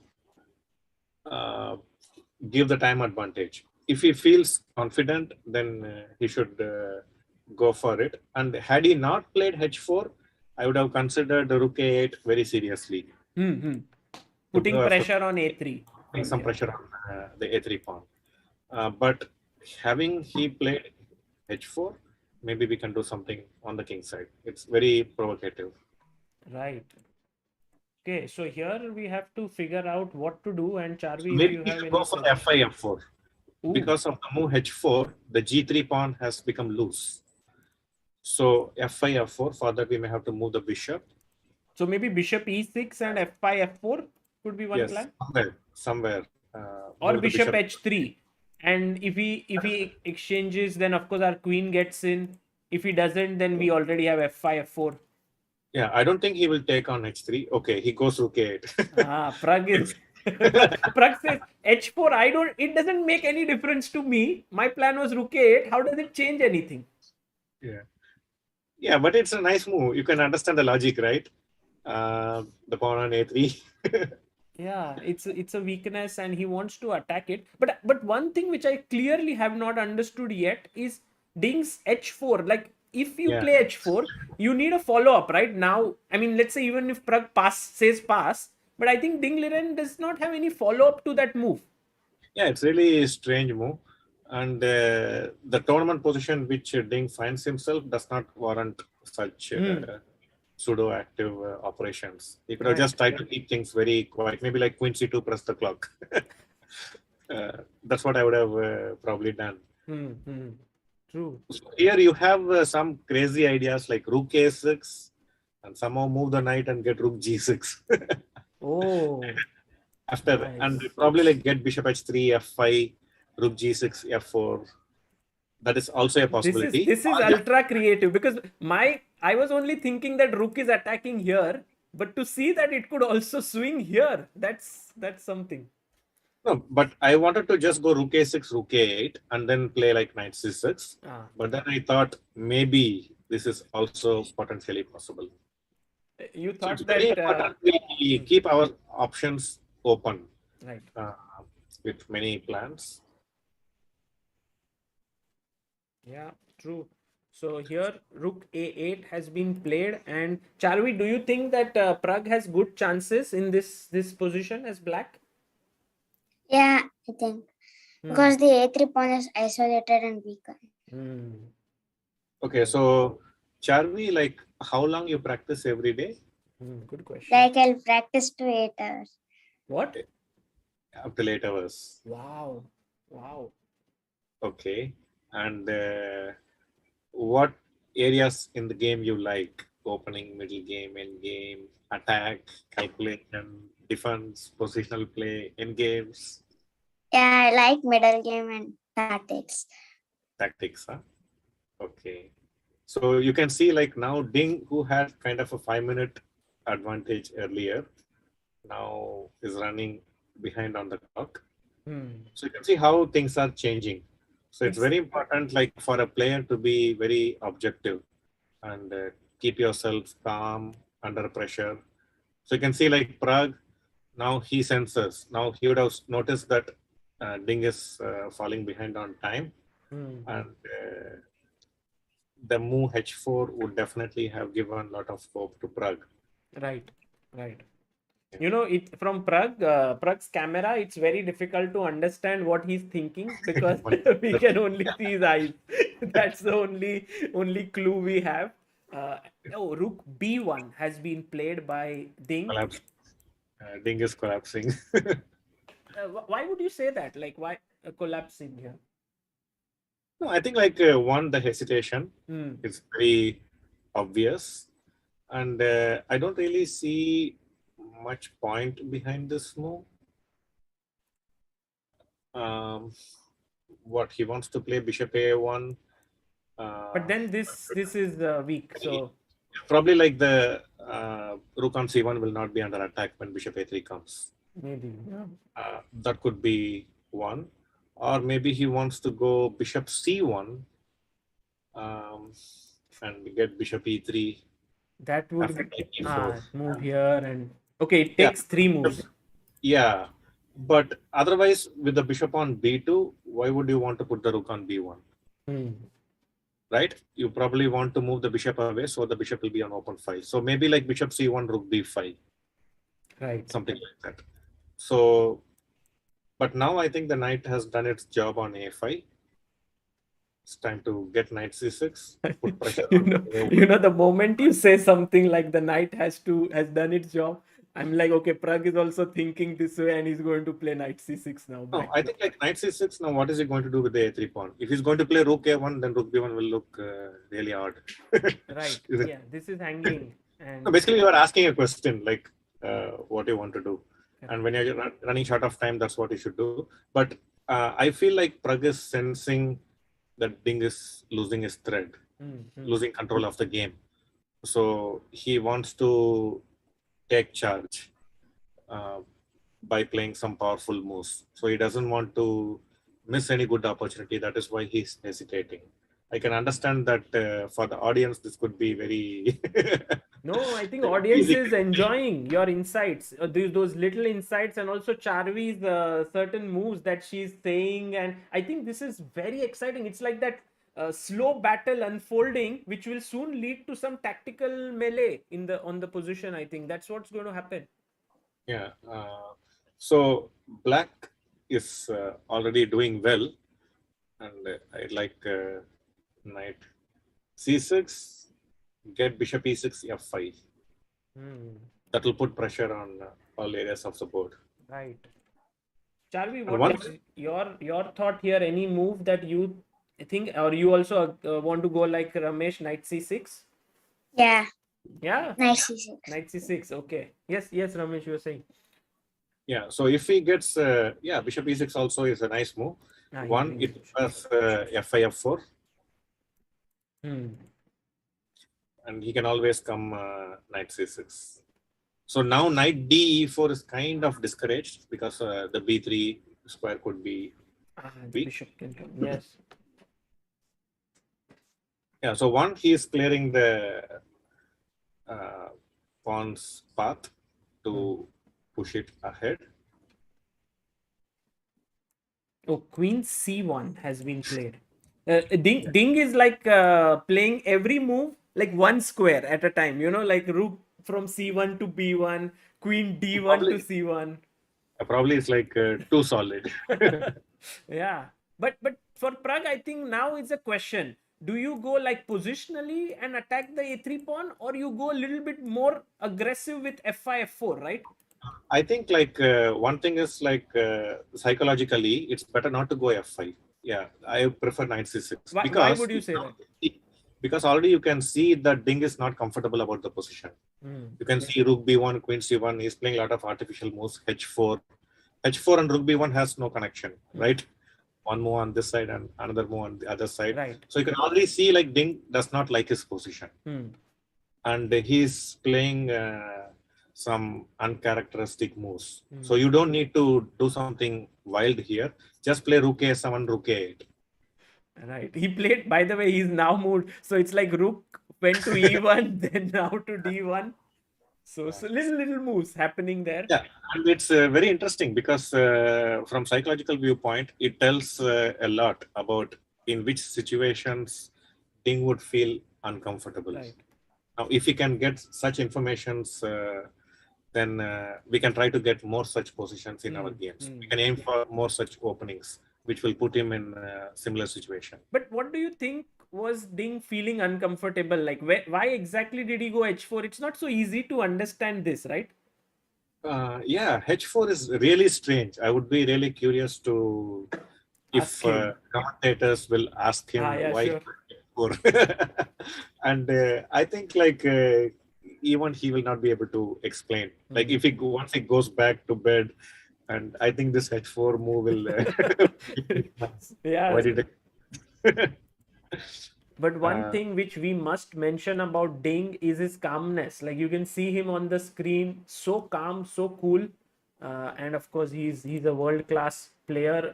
Rook d1, and now Charvi, what do you think Black should do? So we have to ask prophylactically, Charvi, in such situations, what you need to ask is, what does Black want to do? What do you think? Sorry, White. Does White has any idea here that Black needs to be worried about? If not, No. you simply improve your pieces. Okay, I would have preferred Rook A6. He plays Rook A5. But why Rook A6? Because Rook A5 also, like you are looking. No, sometime maybe Bishop C3, Queen C3, Knight C4. I mean, you don't want it to come under an attack. And you start moving the pieces. Black will have to move the pieces around. Yeah, okay. So he immediately gets Knight C4. This is the point. The queen is attacked, and look at Ding now making all the moves super quick. Okay, it's more or less forced, I think, practically. Like he has to find something. But he has got 2 pawn weaknesses now. C4 is one weakness, and A3 as well. Yeah. So now maybe B5 idea. B5 in the position. Yeah, or Knight A5. So Black has many possibilities. But don't you think like White's position has freed up a bit with these last few moves? I'm not sure about Rook C5. It is still fine, but maybe I would have preferred maybe Bishop F5 at that point. Get the Rook to go to A1 on the previous. You mean Rook Ace? But it's not easy to play this position with White, because you already see that Knight A5 is coming, or B5 ideas. It's not easy to play this position with White. Yeah. Even though his pieces have become active, still there are no clear targets for White. There we saw actually Ding just moving away from the camera. I think he went to the washroom and he's back now. And he has 3 minutes 30 seconds. Pragg has 2 minutes 20 seconds. So it's a very tense position now. Not easy to play with White either. But do you think like White can just move? Okay, if he moves his queen away, he will lose the c4 pawn. So that is something. Maybe he's okay giving up that pawn somehow. No, then the a3 pawn still is weak. So not easy. Like if you go like try to be active. Practically, it's very difficult. Yeah. So now the question is, you want to defend passively? There is danger in that. If you try to do something very active, it could backfire. And you are running short of time as well. Both players have around 2 minutes on the clock. Right. Now this is the best. He has found A4. Very nice move. Ding has played A4. So stopping B5. Yeah, stopping B5. And if Knight A5, Bishop A3, pawn sack. What about Bishop takes E5? Charvi, maybe we can ask her here. Charvi, do you think what should Black do here? Because it's a blunder. Yeah. Because of Bishop into D5 is there. You already saw it. Oh, super quick. And then picking up this bishop. Very nice. Yeah. Okay, so in the game, Knight A5 has been played and Bishop A3 hitting the rook. Very nice.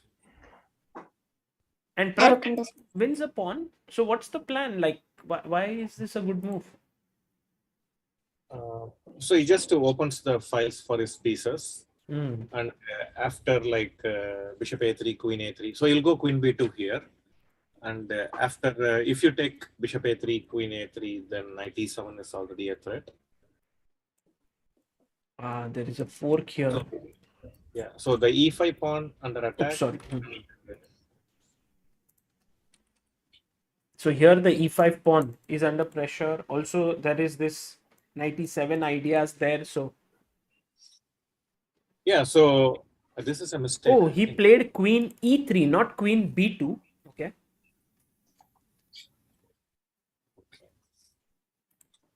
So he has good compensation because now all the white pieces have freed up the cost of pawn. So now can black exchange certain critical pieces and coordinate his pieces and pawns? Because the knight a5 is hanging, the c7 and b7 are under pressure. So probably Pragg will want to move the rook somewhere and get knight c4, but he doesn't have any good squares for the rook to move. And he cannot take rook a4, I think, because of bishop f8 simply. Bishop f8, and if you take with the rook, then there is knight e7, and if you Mm, take yes. with the king, Queen c5 check and knight e7. still So for bishop f8, maybe he has to take Bishop into d5. yeah, very good, Charvi, very good. Charvi is very quick, yeah, to spot tactics. I think the moment tactics have started flowing, she's awake. Everyone in the chat is like, let Charvi sleep, let Charvi sleep. And Charvi is focusing, guys. She's just looking at all the possibilities. Yeah. So Ding has found a very nice way to create sacrificing the pawn. And Charvi, this is something you have to learn. Okay. So when Ding is under pressure, he sacrificed a pawn to get the pieces out. And that you see immediately put some pressure on Pragg, because now knight e7 is a check, right? Yeah. Knight c6. Knight c6 by Pragg. And this keeps the rook hanging. Okay. Yeah, looks safe for now because there is no knight e7. But I think the b7 pawn could be targeted somehow, like queen b3 or. One idea is a5, a6. Trying to loosen the c6 knight. And at many times you will simply come knight e3. And then the rook will be forced to move away from the c5. So you can soften up the c6 by playing a5, a6. Yeah, and also knight e3 would hit the rook and also the knight here. So that also could be on the cards. But he plays e3 and Pragg instantly, this is what Ramesh, you were talking about.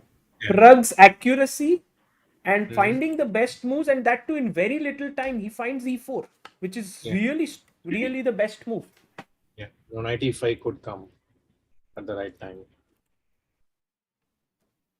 So this is e3 is not a good move, but you can see under pressure, even very strong players, they are going haywire. That's what makes these rapids very interesting. Yeah, absolutely. So I think this game, Pragg would have learned a lot about Ding's style or his potential weak areas. That will help him in the future. He finds the best move, bishop f1. Bishop f1 hits the rook. And the rook is very short on squares. So, Charvi, where is the only place the rook can go to? Yep. Rook c2. Yeah, that is where he's played. Yeah, now he has to play knight b4. Yeah.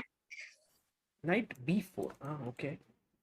The point is, after knight b4, queen b4, you'll be hitting both b7 and e4. Got it. So this is the... It doesn't have bishop d5 because the rook d1 is there. So Ding most likely will play knight b4, but he's taking his time. He has 1 minute left on the clock. And I think Ding is one of the few players who, even with 1 minute, is keeping both his hands on his head, not on the mouse. He's thinking. Really. I think probably like he's trying to focus better. Probably helps him to focus better when he keeps the hands like this. Right. Yeah, he has found it. Ding playing really well, matching move for move with Pragg. Do you think that there is some tricks that can be there on the f2 square? The queen has to join. So after knight b4, queen b4, the only way to save the e4 pawn and the b7 pawn is bishop g4. Hitting the rook. Yeah, this is active move and looks good. And Pragg finds it, of course. Yeah. So you can play b6 on the next move. Rook rook c1. So now there is pressure on bishop f3 and a5. So b7 pawn is now not attacked because the rook moved away, and he plays a5. Actually, I was thinking of bishop f3. You thought this bishop f3? Yeah. Wow. And what's the plan? Yeah, actually, I'm thinking of just leaving the queen freely there, and rook can come to e6, f6, queen f5. Oh, looking for an attack, maybe. Okay. Pragg has to manage his time better. 9 seconds on only, and he plays rook d8. Okay. So now after rook b1, is he losing the b7 pawn? Aha, yes, possible. Oh, he goes bishop g2. This seems to be a bad move. But because I think Pragg can take the bishop, but also he can be like, okay, you take, I will take back, and my f3 I pawn think he will can. take, maybe rook d5 here. He goes c6. Very solid. But do you think he'll lose that pawn? Like bishop f3, ef3, and queen e4? Hitting f3, how do you defend? Maybe you go after the a pawn, like queen a8. So f3 you can give up, but you can win this pawn. Yeah. So now he wants to go rook d5, and then let's say queen d7. So that will allow rook d1 check ideas, and also put pressure on a5. the a5. Nice, nice. Ding needs to be very careful here. This is the moment where, the game can turn either way. Rook b1 played by Ding. Very solid move, attacking b7. Okay, so now But the actually, question is, rook d5, give the b7 and collect a5, or just play rook d7? he goes rook d5, more active. So he wants to give the b pawn, collect the a pawn. But this could go very close to a draw. That is something we need to be very careful about. Because take here, and then this pawn is extra. Like, let's say if you go into this rook endgame, this can be drawish, right? And that's what's happening. That's what is happening. Yes, he took rook a5. So both have gained some time. So now the g4 idea is very important. If black gets h5, he could have some problems. You mean black? Yeah, now we go rook c5, idea rook c2, and then start rolling the pawn. So rook c5 he has to go. Oh, he's thinking rook a1 check and rook c1, or go rook c5. Keep the tension. Yeah. Now g4 is very important.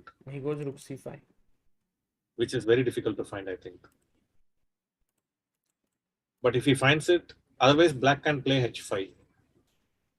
If black can play h5, then what is the problem? Like, is it? Yeah. Oh my God, he finds it. So he wants to activate the king h2, king g3. Now if bishop g4, bishop e4, the c pawn will be lost. Right. So Pragg can't allow that, maybe. No, he can play rook c2 just. But this g4 move was really important that Ding found, because otherwise, as you said, black would have clamped. Yeah, now he wants to go bishop g4. Defending e4. So now this is hanging. G4 pawn is the thing to take.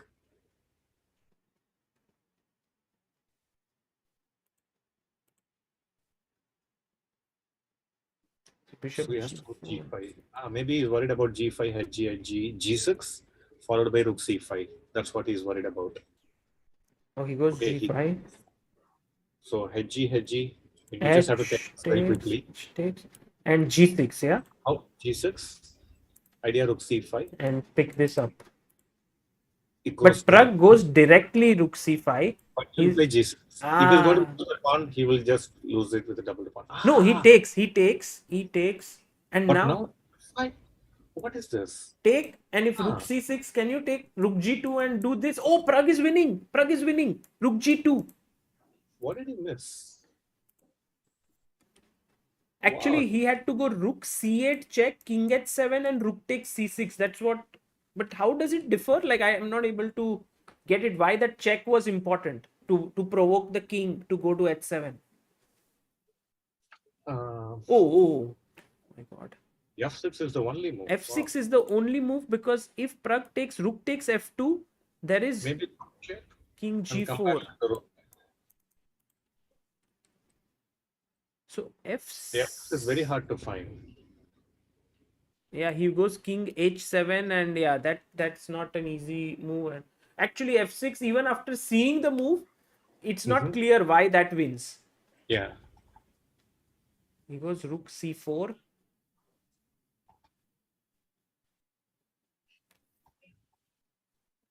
Rook takes f2, and now Pragg has 3 pawns versus 1, which would be winning, but he will lose one of his pawns, it seems. Or maybe he doesn't, but he cannot make progress. Mm-hmm.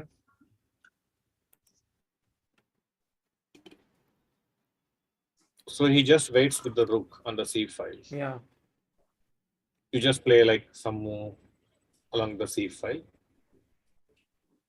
And Pragg has no way to make progress, so he will, if he moves his Seems rook like away. f6 was the move he missed. But have you been able to like get it? Why f6? So let me check.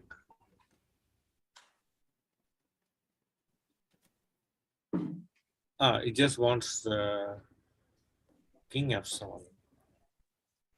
So let's say after here, no, not g6. So probably like after that he wants to go g5. King f7, g5. He can improve the Yeah. position. This way, king f7 and g5. Yeah. He's on rook a4. And So now ding. if he goes, okay, he wants to get the king up. King g7, f5, king f6, king g5. He wants to make progress. Charvi, do you think that Pragg has any chances? No, I think because if He we is the only move. Now Pragg is winning. Oh, he Pragg is blundered. winning. He blundered. Yeah. Now king f6. But king. King e5, king e4. Wow. Oh, he finds it. He finds found it. it. He finds it. King Now the Pragg f6. is winning. But is it still now? Oh, it's like a series of only moves. You have to find g5 again. No, this Yeah. looks tough. Very no? hard. Very hard. Very Because hard. he goes king Very- e6. Now king f4 is only move. Yeah, he played it. That's it. Yeah. So that's why you need g5. You know, rook end games are so complicated, and the bar keeps going up and down in So rook now the end thing games. is that if he tries to go f6 idea g5, rook a6 check, then you need to go back king f7. So probably you should go king f6 again, hoping for king g4. Oh yes, yes. Oh, but this time ding is like He played king f6. Okay. check, and he goes back king g7. But maybe I feel that there could be some more chances coming up. Yeah. I think with very less time on the clock, because there is no forced draw for white, he has to wait. Yeah, look again. Just easy. f5 is now f5 is winning now. f5, g5, g4. f5. Oh, okay. Then that's something that Pragg can figure out, because this is very forcing. f5 is very possible, very much possible. The point is, if he starts with g5, e4, he is not getting f5, f4. He plays it f5, and I think now Pragg has spotted this. I think now he will win. It's because now the plan is humanly very possible to just understand. Yeah. Wow. Yes. The score might equalize now, guys. Very close. So rook a5. The king can come up. King f6. Very nice, Charvi. Now it's Charvi. Very good. That's my girl. Check. Oh, he has to go king e5. Fantastic. But now rook. Oh, you can't take because there's check and you lose the rook. Yeah. Only move. Now he's simply coming king e4. King e4. And look at Ding. Ding knows he's gone wrong. He's just scratching his head there. That was a draw there for Ding, but Pragg found some really good moves in a row, and now it's lost, and Ding knows it. Yeah, amazing. So many turnarounds, right? Yeah, absolutely. Rapid game. Really happy, like Pragg has kept his nerves. Yeah, because this can really, get him really inspired now with the white game coming up. Oh, he resigned. Wow. Amazing. And Pragg there with his look of relief, closes his eyes. Very important. You should go back relax, come down, because now your heart will be pumping. True. Very And Ding rapidly. is so upset there. You can look at him. Yeah. He's like he could have drawn that game and he would have a 1 point lead, but now the score is 1-1. And as we can see, Ramesh keeping an eye on his WhatsApp because Pragg might just message him or could be that he would talk to him. But Charvi, did you like this game? Yeah, I like. Yeah, this was fantastic play, no, by Pragnananda. Yeah.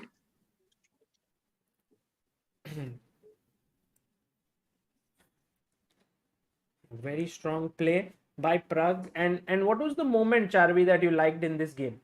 Like any point that we can go to?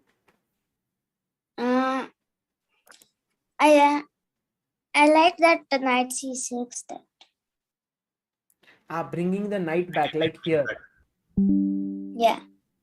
Oh, good maturity. Very nice girl. She didn't go for any flashy moves. She chose that the knight staying on the corner, bringing it back into the game. Very Yeah, good. knight c6 and e4.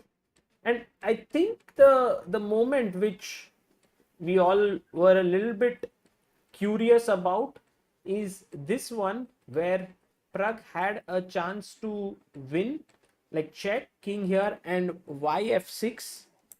I think it's the same point, right? If Good you idea. You want to go king f7, g5, king g6, you can improve your king. right, but if we go f5, then he's able to maybe go like e4 and trade this off a rook c4, e6, and e6. then it's a draw. So that's why you go step by step. You first go f6. And the other thing is, after f6, you can go like king f7, king e7, king b7. And the point is like if he goes somewhere, you just move forward with the king all the way to e2. Right. So all these ideas are also possible. Wow. And then Ding somehow, I mean, Pragg didn't find this. Ding played some really accurate moves, and at some point we were losing our hope that. But he then made a mistake with King G4 when Pragg. So yeah, it's not very easy to play such end games with when you're short on time. And okay, so it's very important for to calm down, cool his nerves, and start fresh. Yeah, I think the next game will start in around 10 minutes from now. Yeah. Check. And you see, like there were some fantastic moves both players found. I like the a5 move by Pragg very much. Actually, that changed the character of the game. A5. Till then, Ding was feeling very comfortable. But then suddenly when this a5 come, he had to take a decision whether to go b5 or to go ba5. Right. I think Anish Giri just was there in the chat, and that's why everyone in the chat's like call AG. Second. Oh, Suhani Shah was also in the chat. Says go Pragg, and she's been following this tournament, so that's so nice to see. Suhani, that's very cool. And yeah, so as you said, a5 was the move, and Anish, of course, I have sent him the link, and if he has time, he will join us for some time. But also, it's amazing of Anish always that he win or lose, he's always looking at like this approach, yeah, Ramesh, which you talk about, that what did you learn or what is something new that happened. And I think even after yesterday's game with Pragg, he was like, this was some really cool play by him, and some very interesting match. No, I think one characteristic with most of the strong players is like they never lose objectivity. They all have gone through very difficult moments in their career, not just once or twice, but multiple times. They've all taken very bad beatings time and again, and that has toughened them up. So that is what I was trying to tell the audience, that it's very important for at times for a aspiring professional to get beaten badly. Pain is very important. It's a very important part of a process in growing up. Yeah, absolutely. Well said. Mohit Nikam says Pragg defeats Magnus number 1, Ding number 2, Anish number 10. This is quite an achievement regardless of final result. Kudos to him and Ramesh sir. Yeah, he has been winning many games. That is very important. I don't know how many had noticed this before. He has been beating 2,700 plus players quite consistently, not just once in a while. In every tournament, like 2 or 3 events, he's able to make. Even in Tata Steel Masters, he bet with it despite a topsy-turvy game, and Esipenko went first. So he has been is believing more. Each victory gives him a lot of confidence. It's so nice how we can see a talent, like a very bright talent, developing into a world class player, because I think most of the people who are here in the chat would not have seen it happening, would not have been able to witness that when Vishy was playing. Like, he, of course, we all have seen him at the top of his game becoming a world champion, but with these young talents of Indian chess, we can witness step by step, like they became GMs at a young age, but then what are the difficulties now taking on the world's best players, what are the challenges there, then that overcoming that. And I think Ramesh, of course, has the front seat in that, the front view of all of that happening. So we had me and Anish, we had some very good discussion about the chess psychology after the Norway tournament was over. Okay, so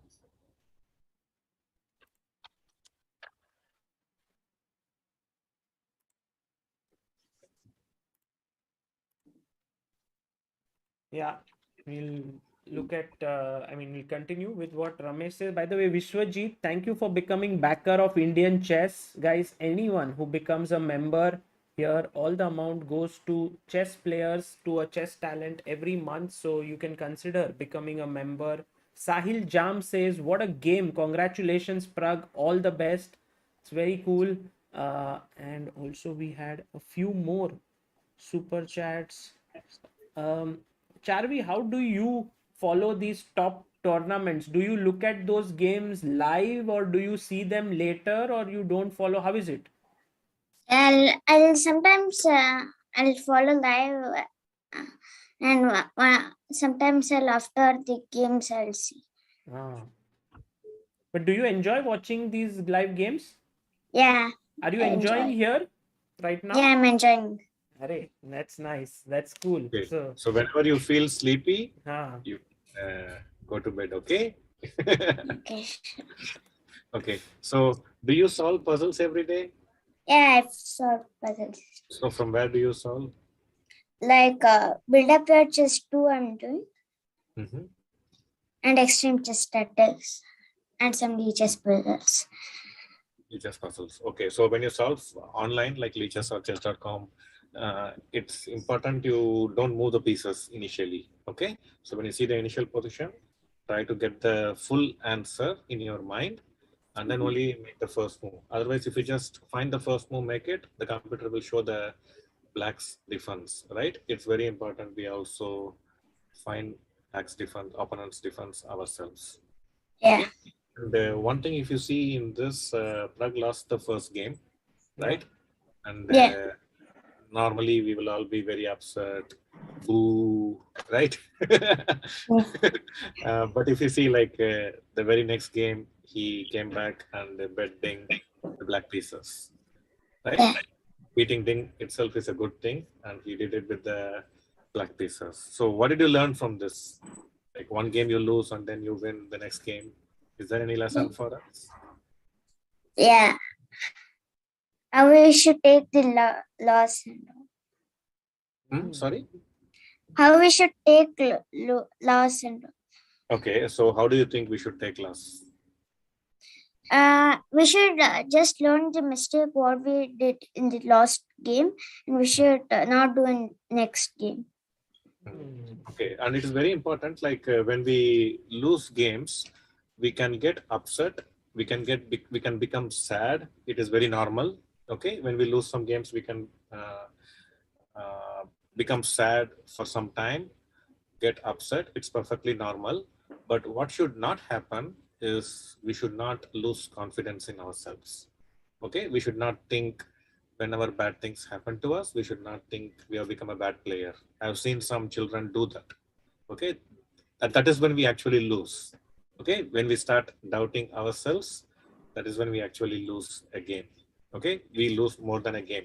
So whenever we lose games, it's very important. You can become sad for some time, but try to come out of it as quickly as possible. Maybe watch some cartoons, start laughing, or play with your friends. Okay, once you start smiling, all the sadness will go away. Okay, and then we'll become fresh and start fighting again. Okay, so thank you very much, Sagar. Wow, Ramesh, that was so nice of you. Having these tips. I'm sure Charvi will, of course, benefit out of them, but also a lot of kids here who are watching this would find it very useful. As Parishruth Badoni has just said, amazing listening to Ramesh sir on the stream. So thank you so much, Parishruth, for your super chat. Ramesh, it was an absolute pleasure having you to get the insights of Pragg, who played here. I think it's going to be a tough match, but just before you leave, any thoughts? Do you think Pragg is going? I know you don't like all these predictions and all, but you know me well, so I don't believe in predictions. No, Okay. may the best player win. Whoever plays well, they deserve to win. All right, all right. That was very cool. Thank you for I just spending. hope two more fantastic games Yeah. will be played, I'm sure. And I hope everyone will enjoy the games and learn. And actually, like Rakshita, T.S. Ravi, Sai Mira, they are all here. Oh, And, really? because Pragg is playing the finals. Wow, wow. They live nearby, so they have come to. It's like, No. Yeah, they are living actually a bit far. They have moved their residence recently. Okay. And they have come here to watch the games. So they are waiting for me to join them. So thank you everyone for the wonderful opportunity. Thanks, And Sagar. last message, Ramesh, is from Ramit, who says, I took 1 month of pro chess training this Jan, and so good to see Ramesh sir and the cutest, brightest under 8 champion on stream. So wholesome.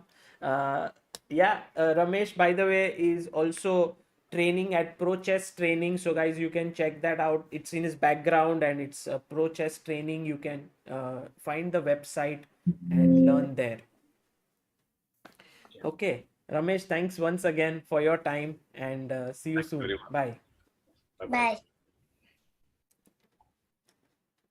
So Charvi, that was Ramesh. Did you enjoy that small session? He was giving you some lot of ideas. Did you like it? Yeah, I liked it. Okay, fantastic. Will you stay back for some time and watch one game with me?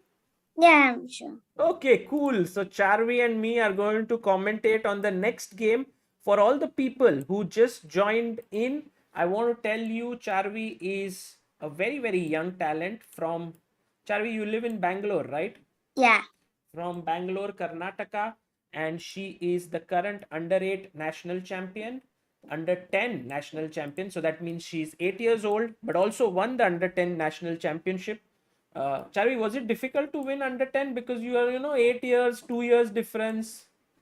No. It was easy. I was just confident. Oh, you were that we know you are very confident, and that's why I'm so scared, because everyone, after we did our interview, you had told me, shall we play a game of Blitz? And I said, okay, if Charvi, you become the national under-10 champion, we'll play the Blitz game. And then I was looking at the tournament and you just won it. I was like, oh my God, I have to play Blitz with her now. So, but not today. Yeah, I have to prepare against you. So maybe later. Yeah. we'll separately plan that. But for now, all eyes on Pragnananda. What do you think, Charvi? Will he play with white? 1d4, 1e4. What are your thoughts? I think one D4. 1d4. Okay, very nice. Risal Shan, thank you for your super chat. Also, Ant Hess says we are witnessing the birth of a future world champion. All hail Pragg. Nice. Let's see how this goes. I mean, to beat Ding Liren with the black pieces is not easy. Oops.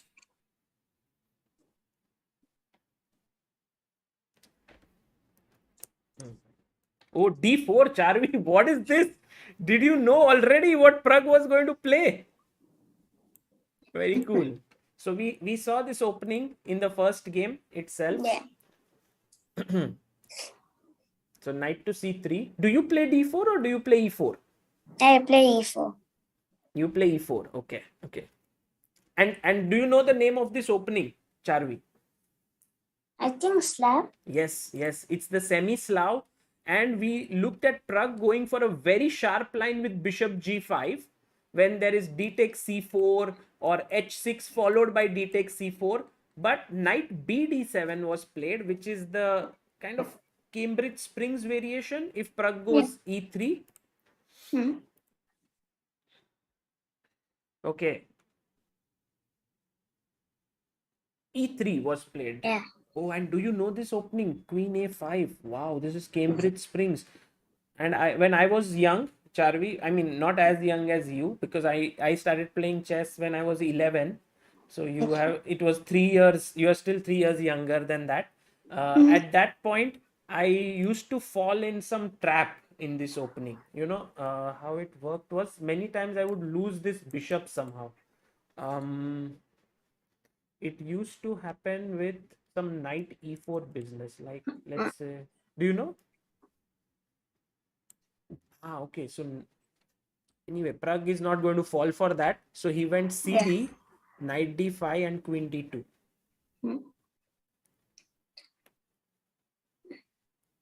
I'm thinking of bishop b4. Yeah, that looks good, because then I'm going to take and win the queen. Yeah. So what do you think white should play here? Rook c1. Yeah, absolutely right. Rook c1. Now I think castle. Mm-hmm. Castle. And yeah, this looks pretty good, no, for white, because he has a strong center. And rook oh, by the way, Charvi, whatever you said has happened. Bishop b4, rook c1. Very cool. Guys, Charvi is guessing all the moves correctly from both sides. So now, Charvi, what next? Oh, Ding goes h6. Yeah. Bishop h4. Hmm. Everyone's saying call Amruta. Guys, Amruta is not feeling so well. So I have left it up to her when to join, because she said maybe she'll join in between. And maybe she might join to just say hi to Charvi, because she is not. Do you know Amruta, Charvi? Yeah, I know. You know her. Okay, very cool. Abhiyan Singh says, Charvi, your maturity is motivating everyone in the chat tonight. All the best for your future. So nice. Thank you. Thank you. Okay, h6, bishop h4. So now, Charvi, please let us know what Ding Liren will play, because now I'm not even asking what you are thinking. Like, whatever move you say, they play. So I'm thinking of knight df6. Knight df6. I have a feeling. Oh, knight df6. You are smart. Yeah, you want to go to e4. E4. But then can I just go Then bishop b3? b3. And somehow this knight, don't you think you need c5 or e5 break? So it might be better placed there. Yeah.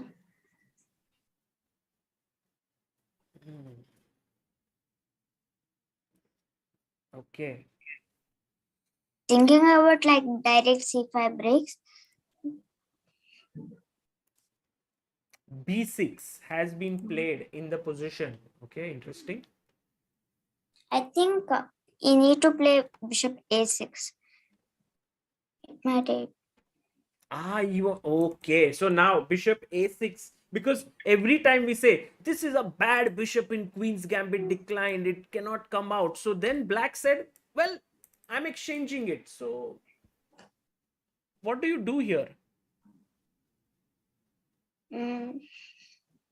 Because if you play bd3, which is the most natural move, he will anyway go bishop a6 to trade it off. Yeah.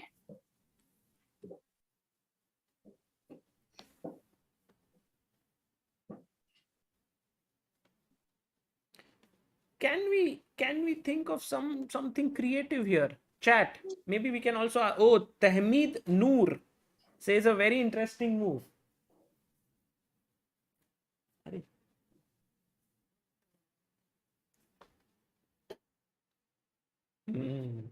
Maybe we have a guest joining in shortly from very far distance. You know, Charvi, someone lives very far from me. Might join. A3. Everyone's saying A3. Charvi, do you like that move? A3? A3. But bishop into C3. Yeah, and I have to take with the pawn. And maybe you are afraid that you will lose the A3 pawn, yes? Yeah, I'm thinking of that, but it will not make it like it will not make black like okay, because it's not like a password, and black and white can go like bishop d3. No. Aha, Bishop. And we have Amruta joining in. Hello, Amruta. How are you? She's traveled long distance from the bedroom to the commentary room here. And Amruta, do you know who our guest is today? Yeah, I'm joining only because of her, Sagar. Really? Yeah, exactly. Because I just saw her and she was trying to speak. She was solving some tactics, and I saw for 2 minutes, and she's so amazing. Look at her confidence at this age. And Ramesh was also guiding her so beautifully. So I was so tempted to come here for a few minutes. Oh, thank Hi, you. Charvi. How are you? Yeah, I'm good. Hi. And you're not sleepy, right? No, I'm not I sleepy. mean, you're not scared of Sagar to tell him that I want to sleep right now. No. I am scared of her. I am scared that I have to play a blitz match with her soon. So there is no question of her being scared. Cool, But cool. by the way, Amruta, Yes. Pragg has made a tremendous comeback I know. after losing the first game. The score is 1-1. And now we are going for the third game here. And Charvi, we discussed bishop d3. That has happened. Bishop a6. And Pragg has Castle. castled. I think now castle is also okay. But do you think we can try and win a pawn? Like, be very greedy? Like, no, he castled. But I was thinking if we can take. Yeah, anyway, we'll take it, but after some wrestling. But it will lead to advantage, I think. This seems very C4? bad, no? Oh, c4. Yes, absolutely. And the queen can get trapped here.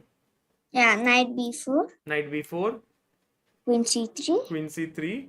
Man, she's just... Yeah, I now. know. She didn't stop Yeah. after C4. She's very quick. And basically, also one more thing which Ramesh pointed out and which a lot of people saw is that she doesn't tell her moves lightly. She's always like Yeah. thinking what's the best move and then says it. So that's a very good quality. Castle has been played here. Yeah. You know what I like about the score of this match? Yeah. 1-1 is not by 2 draws. Exactly. Two decisive games. Absolutely.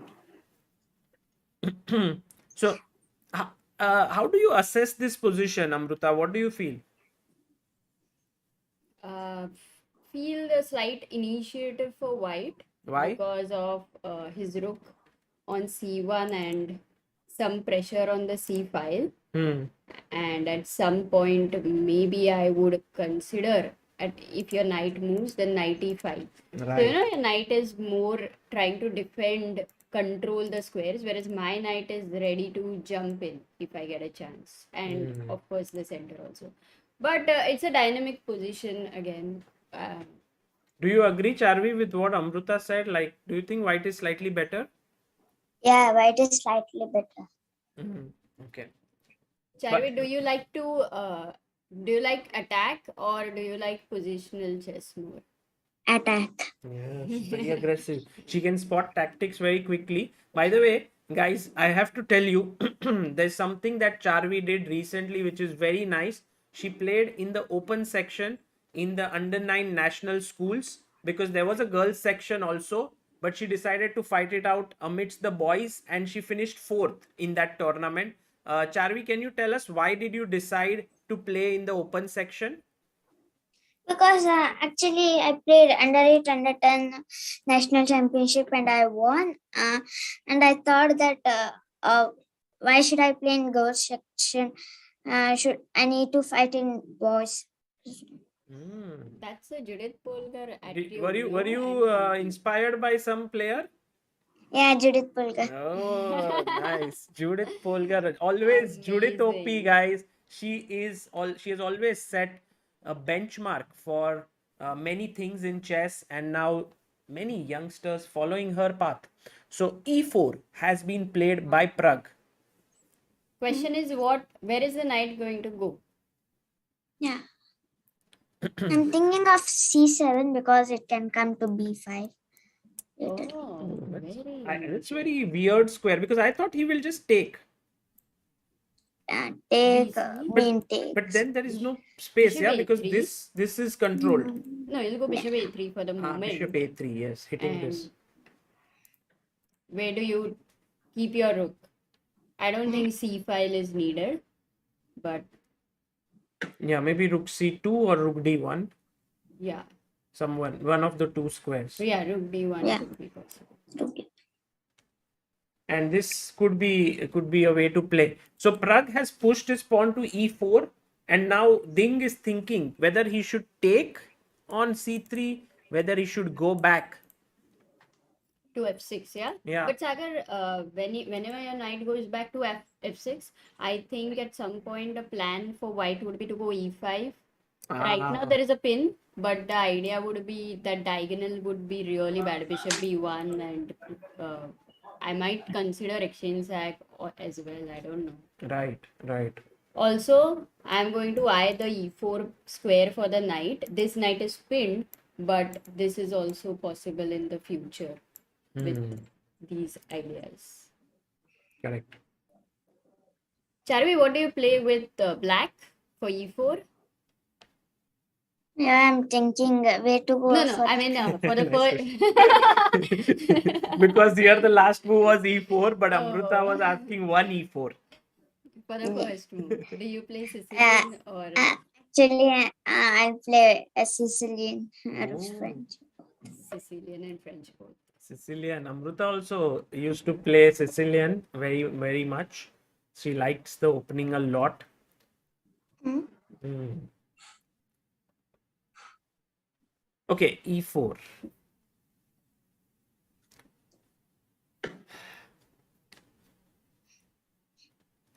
So are you going to take on d3 maybe first? Bishop takes d3 is possible? It's possible. It's possible to take here. It's possible to take here. What about going back here? That's what you didn't like, and I think that's not the best way to continue, especially when you are Yeah. short on space.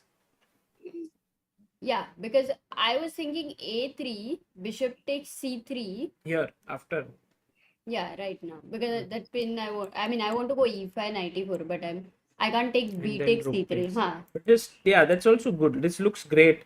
In fact, I don't think Ding is going to move his knight back. If he does that, he would be worse. So he must take. But what is he thinking? Ding is now down. Okay, he has 10 minutes 30 seconds. Pragg has 10 minutes 44. Yeah. Let us try to look at Charvi's ideas again. If black goes knight c7. True. Okay. What do you play? Do you want to play e5? Do you want to continue with But a3? I think A3 maybe just. Bishop takes c3 now. And then rook takes C6 under And pressure. Doesn't look good, yeah? Yeah, because Yeah. B4 threats. So c6 pawn is a real weakness Yeah. there. So what Actually. Amruta, what we saw has happened. Knight takes C3, B takes C3, bishop A3, rook D1, and now Ding very solidly plays rook F E8 so that he can now exchange off the bishop perhaps if needed or push E5. My question to both of you: are you going to play e5 right now? Oh, Charvi, do you please help me? Amruta always asks tough questions. What do you think? E5 is good for white? I think e5 is not looking good for me. It will trap the queen, but when bishop e7, then when bishop g3, that bishop has no diagonals. You mean this way. But if I take on e7 and rook e7, Then I think it will good for black because it will come to a. The rook on a8 can come to e8 and play like e5, some irritating threats on e4. or c5, you mean? Huh. So Pragg played actually rook f e1. And he is planning right now, because he's removed his rook from f1, I think he's planning bishop b1 and d5. That seems likely. So black should take on d3 right now. You don't want such a beautiful bishop on d3 for sure. Have no doubts that Ding is going to capture there. Right. Yeah, very, very important point here, that if this rook has moved, now the bishop is free to move back because it's not hanging anymore here. So he'll take. And the problem is that you didn't have any time for the positional exchange sack, because if you would go bishop b1, then anyway after bishop f1, rook f1 or king f1, black will have a move like e5, I think. Yeah. But also, Amruta, only you can sacrifice an exchange like that because you want to really attack. Yes, like give this up and then try for e5 and on the light squares. Yeah, that was your idea. Yeah, Nice, exactly. nice. Yeah. I'm sure Charvi would also consider such a move, and then she will say, okay, it doesn't work right now, but every attacking player will. Really? You think so? Yes, Charvi, would you try to consider giving that exchange sacrifice, or I still consider like that exchange I can just go to move on if it will not And work. you will be like, okay, this is not good within a few seconds, and then you will. Whereas I will keep calculating and all of that, take all the time and fall under time pressure. Rook c8 has been played, Amruta, by Ding Legend. So I think c5 and c4, fixing the c3 weakness. Oh, okay. He wants to push c5, c4. So actually, on the queen side, black will be having some play, like with c5. So what should be white's plan? I'm just thinking that if I have played knight d2, knight d2. Oh, with the idea of knight c4. Yeah, knight c4. So knight d2, bishop e7, maybe he will play. No, knight d2, he will play c5. No, like first. No, but knight c4. So knight c4. c5, knight c4. Knight But I c4. thought queen. Even if you give this, let's say queen a4, and suppose you are taking this. Yeah. No, knight d6 forces that.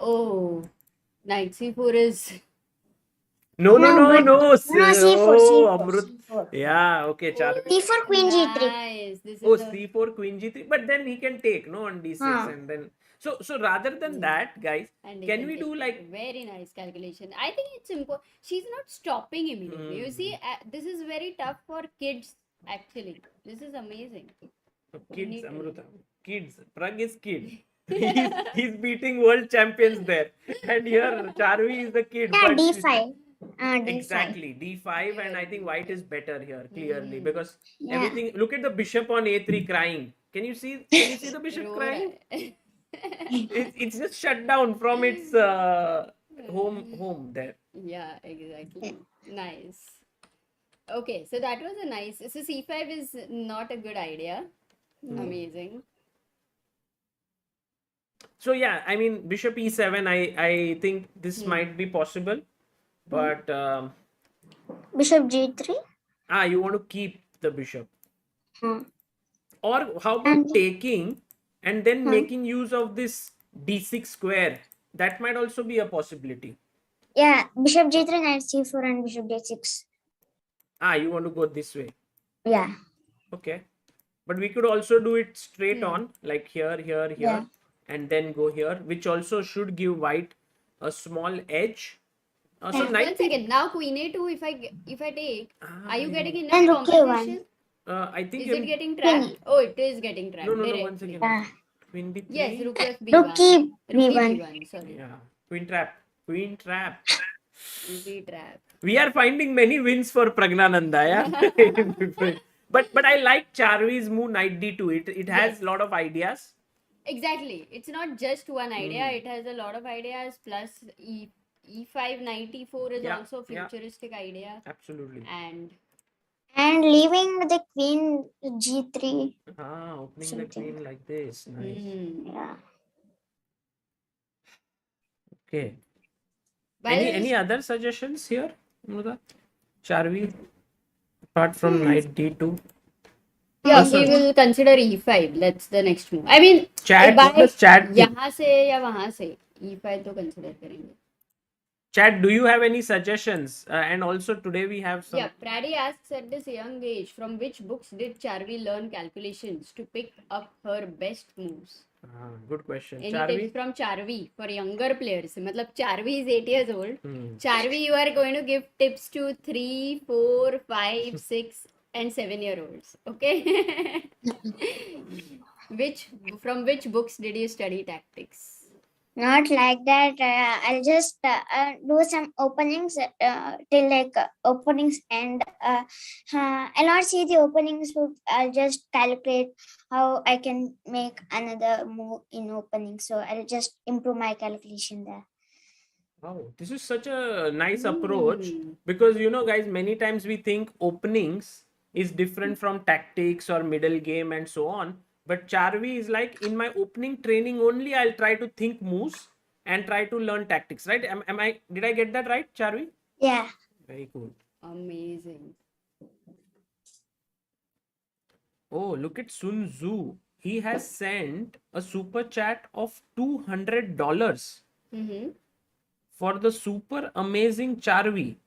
Hope this helps in her training and getting more awesome and being the next Pragg and Anand. You are the cutest chess player, Charvi. Oh, that's so nice. Amazing.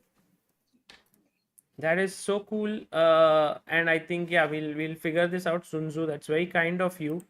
The other day also you sent some huge super chat. So, by the way, now I'm going to ask Charvi, Amruta. Yes, please. No, he played, Pragg went h3.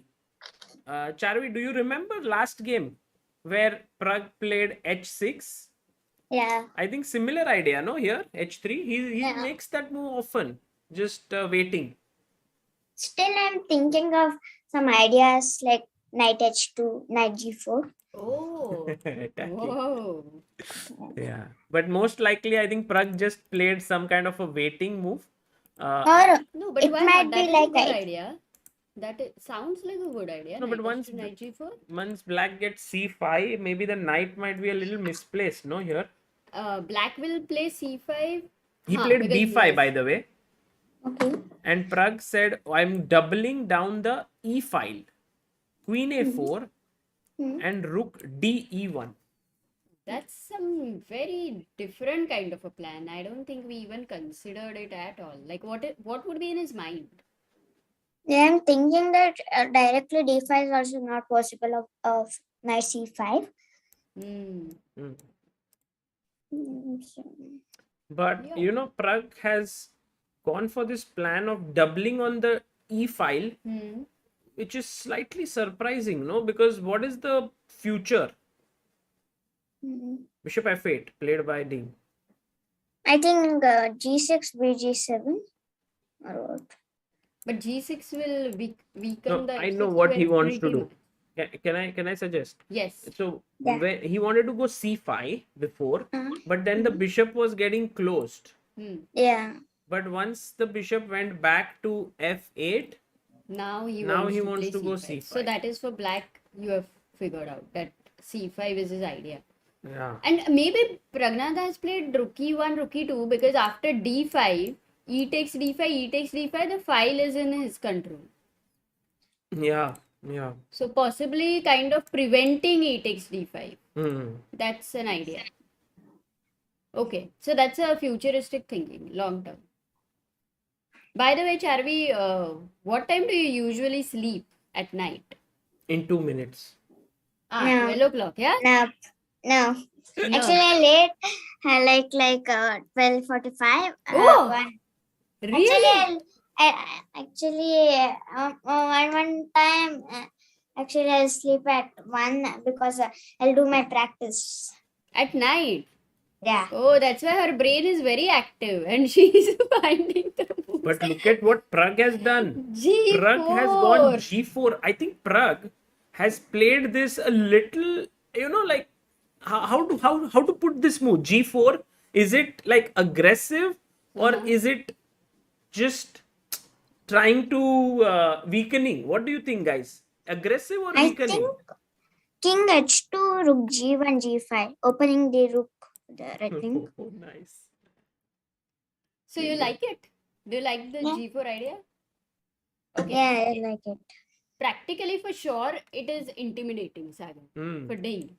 Because he would not be kind of able to figure out that Pragnanda wants to play G4. Come on, even we didn't consider G4 at all. So I think it's a great idea. I don't know whether computer likes it or not, but psychologically it will put Ding in a good amount of pressure. My only worry is when you start with a flank attack, take a break in the center, which is easily happening the next move itself. So But I'm thinking when C5, D5. D5. Aha, D5. But then, Charvi, what about Ah. C4? or I will see. C4. Okay, C4 or how is Queen C4?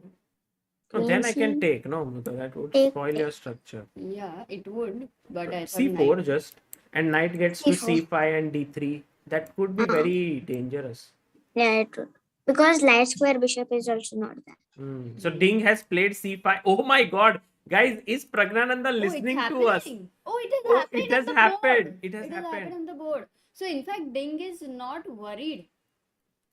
No, I think Hmm. Pragg is just very, very keen on a dangerous kingside attack. Hmm. But with Ding having 7 minutes, it looks very dangerous. How much Pragnand is having? 3 minutes. 3. Yeah. By the way, we have some more super chats. Guys, thank you so much. Patrick Villander says, for Charvi, wishing you the best to become the world champion someday. And Vamsi Chadda says, all the best, Charvi. He sent $100 saying, hope this helps. Because we are going to figure this out after the stream, how we'll make use of this. For super talented Charvi says, Dheeraj Kesaraju, she has such a good intuition and would love to see her as a world champion. Charvi, there's so many people wanting to you be the world champion. Inspire you or put some pressure on you? Inspiring. Okay, inspiring. That's very nice to hear. Anand Narayanan, thank you for your super chat.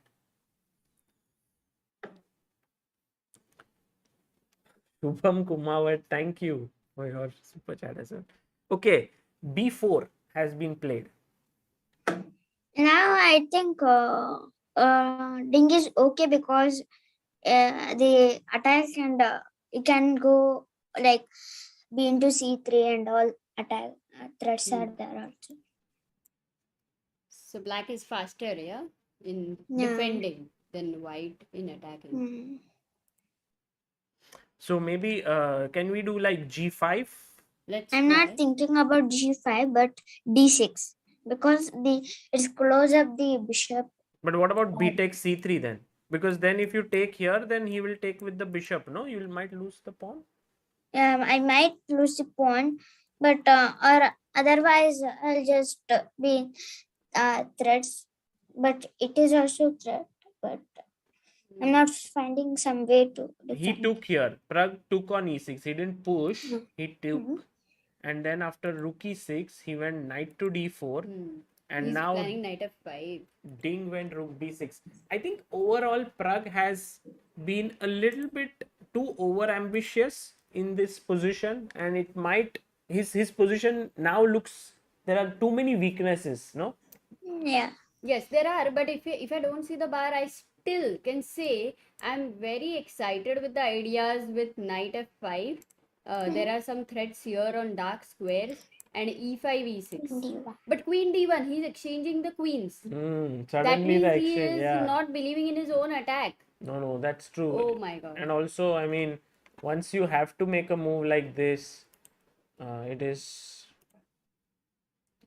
I think it's almost like close to saying that my plan didn't work out. That's what has happened. Yeah, because if this plan doesn't work out, then imagine the number of moves have gone waste. Yeah, exactly. Doubling So the rooks, take- going h3, take. g4. This is a very weird match because it's going to be like 3 games and all 3 wins for black pieces. It's not very common that we see that. Not at all. Oh my god. Joy Datta has sent all the best, Charvi. Thank you so much, Joy. Joy is a very regular viewer. And Patrick Villander says, wow, staying up so late and analyzing the game. Keep up the fire. Reach greater heights. Will follow you for more updates. Very nice. Thank you, John. Sorry, thank you, Patrick. B takes C3. So right now he's lost a pawn, no? He will. Now black is, I think, winning because he has passer pawns. Winning. Yeah, because he has passer pawns. Yeah, if you take here. I think he'll go f3. Yeah, if you go f3, there is knight a4, and then you cannot Yeah. take here, and that's even Oh, he risky. took on C3. What else to do? Yeah. I will be very surprised if Pragg manages to save this because he's pawn down. He's 5 minutes down. This I think looks- c3 now. C3 Oh, Yeah. and give up. takes c2. knight c2. No, why will I take knight? Rook Okay, C1? knight c2 is forced. Rook c1, then Yeah. rook b1, right? Rook E1. Yeah, rook b1. Rook E1. Then rook e1. Bishop b4. But rook Ah. I'll F1. just show the variation. If takes Ah. c2, rook c1. Ah. Rook c1 is not the best. We'll check it out. Why? What did you say here? Bishop b4. Yeah, rook Yeah. F1. I think white is okay. Oh, maybe rook takes B1. No, rook Yeah. b1. Sorry. can we see like here Hmm. C3, rook E4, C2? There is, I think, knight C2 is the. Yeah, I thought knight c2 is simplest because after rook c2, Rook maybe you have e8 rook is there. e8. Rook Yeah, e8. and then and rook d8. Rook d8, I think. What is the difference between exactly? rook That's a E8 good and rook question. D8? No, I let's. think rook e6 will come when rook e8 is there. Very smart. Okay. You got it Yeah. quickly. So here, quick. if there is rook E6, but if Then you rook- go rook D8, if he goes rook E6, then you can always take, and bishop. It's just E7. rook into e6, f into e6, bishop e7. So rook E3 has been played here. Mhm. By the way, for Ding, when he played knight e4 here, he had a better idea. Oh, okay. Just first play g5 and then take on e4. But this is also fine. No, he's not. He's Sorry. got knight F6, Amruta, and maybe Yeah. Knight e5. sorry, Knight what? The plan is, I think, knight e5. knight D5. Yeah. And then c3. Hmm. So do you want to take here, Sagar, or do you find anything which is giving you some counterplay? I think knight f5 I'm thinking. Knight But f5. c3. Yeah, C3, then bishop A3 and C2 look. I mean, the C pawn looks very strong, no? Yeah. The c pawn is dangerous. No, Why? maybe I have to stop No, he knight. played knight E2, Amruta. Where? Pragg here after knight F6. Oops, sorry. He went knight E2. Hmm. So Pragg says, I want to put my knight on C3 and block the pawn. Still in the game. I mean, still Ding can go a little bit wrong. Yeah, if by the way, guys, Ding wins this game, he will have 2-1 lead, and then Pragg will have to win the last game to equalize the scores. Because if it's a draw, then Ding takes day 1. And by the way, the margin with which Ding wins is not very important here. It's only the one who wins the match on the day. So bishop c5 has been played. So even if they have 2-2, today there is no tie break, right? No, there It is no tie only... break today. Okay, get it. Tomorrow, I think. Bishop c5. Where do you go with your rook now? Rook. You Rook don't have F3. any squares. He Oh, went he went rook Rook e5. E5. Yeah, rook f3 looked natural. Now rook B2. rook b2. Oh, but are you okay with bishop takes f6 and spoiling your structure? Oh, there's g. Oh, I can't, no, because Hmm. gf6 will attack my rook, and I have rook again. e4 then. Yeah. But remember, your knight will be pinned, yeah? After bishop f6, it won't be defending the f2. Yeah. Hmm. Yeah, he plays rook b2. No, I don't think you can take. You have to Play knight C3. knight c3. I was thinking of rook c2. Mm. Knight C3, rook C2. Yeah, knight c3. Yeah, that's true. Rook c2. Just removing that. Maybe knight a4. Then, yeah, Mm. that could be possible. So, knight Knight c3, C3. rook c2, c2, knight knight a4. a4. I think you have to move the bishop. Yeah, from this diagonal at least you have to move the bishop. He played knight c3, by the way. Knight c3. Charvi, do you think that in such positions, like Pragg is minus now, almost close to lost? Yeah. How would you approach such positions? Would you be like, oh, I'm losing now, I am not interested, or would you keep fighting? Nah, I'll keep fighting. I'll try some options. What I actually I was thinking of H5, but I saw directly G5 there. H5? G5. G5. G5. Okay, place bishop b4. Mm. Rook c1. I think Ding knows that Pragg is so tricky that he's not falling for his tricks in this right now. Not yet, not yet. Not yet. Not yet in this match yet. What is Charvi's rating? Asks Rohit. Charvi, what's your rating? It improved to 1434. From? From 1 to 9-1. 1 to 9-1. Now you're 1434. Very good. Yeah. And I think you said your aim this year is to reach 2000, right? Yeah. Which is a lot of points, yeah? 600. Yeah. 560. What next are you playing? Next I'm playing Chennai Grandmaster. And that is in which month? I think June 19th. June 19th. Okay, so like for a few days you're preparing and then you play. Okay, knight d7 has been played. And the bar slightly goes up. I mean, which is a good news because it could go even further down. So, but more than that, I think if it's +5 or +4, it doesn't really matter. Yeah, like now knight is attacking the rook. Rook d5. Rook But d5. knight c5. Knight c5. Knight c5. Knight c5 is better because then you can go knight d5. Knight. So anyway, knights. Now knight c5 can't be played because Rook into c4. c4 was hanging. So he played knight b6. He is threatening, I think, bishop c3, rook c3, knight a4. But then your c4 will be hanging. Not yet. A4. With 30 seconds in hand, it's how will you defend this position? This bishop is completely out of the game forever. It's just sitting there, just watching the entire story unfold on the queen side. Yeah. It has had no role in the game. The least it could have tried to come here and defend. Actually, I'm not getting the idea of a4 first of all. I think the idea is that bishop c3, rook c3, you can't take knight a4 because then c4 hangs. And also some point maybe a5 remains. Yeah. And anyway, on a2, I think it would be lost, Yeah. right?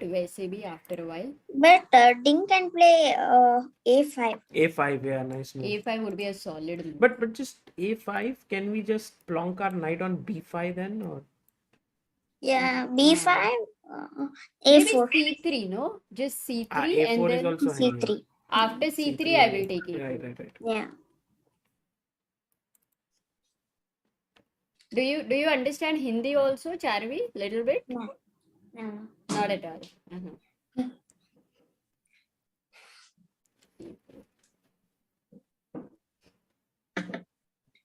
2 minutes for Ding. So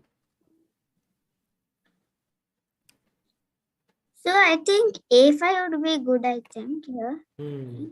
a5 would be the best. I think super solid. Bishop c3 could also be possible. And then not take on a4 immediately. You can wait. Maybe rook b4 after takes. With the idea of. But a5 knight a4. I'm attacking the rook. You move your rook. I can't go c3 immediately. But I'm thinking of like rook b3.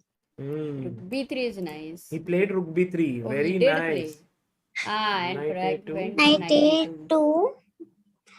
a2.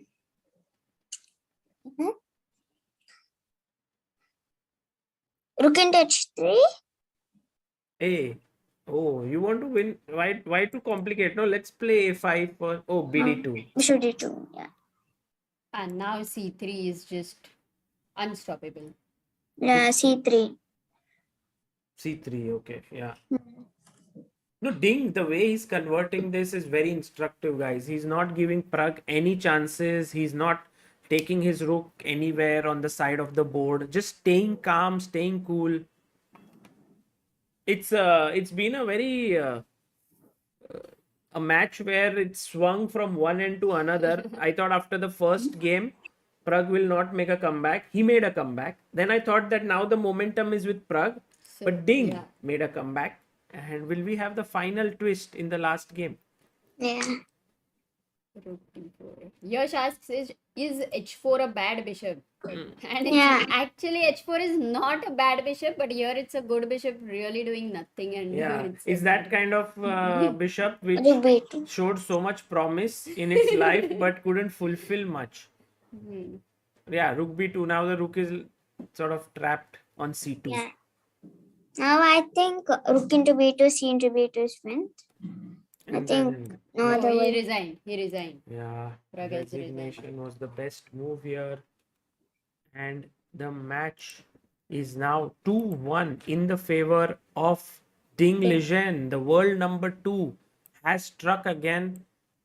Charvi, where do you think that Pragg seemed to have gone wrong according to you? I think you just played g4. It was very aggressive, I think. Here, g4 you thought was not needed. Yeah, back, one step back. Here, I think you could have tried some ideas like d5, but knight c5 is there. So bishop g3, some Keeping I control. think e5 also. E5 also possible. Yeah, true.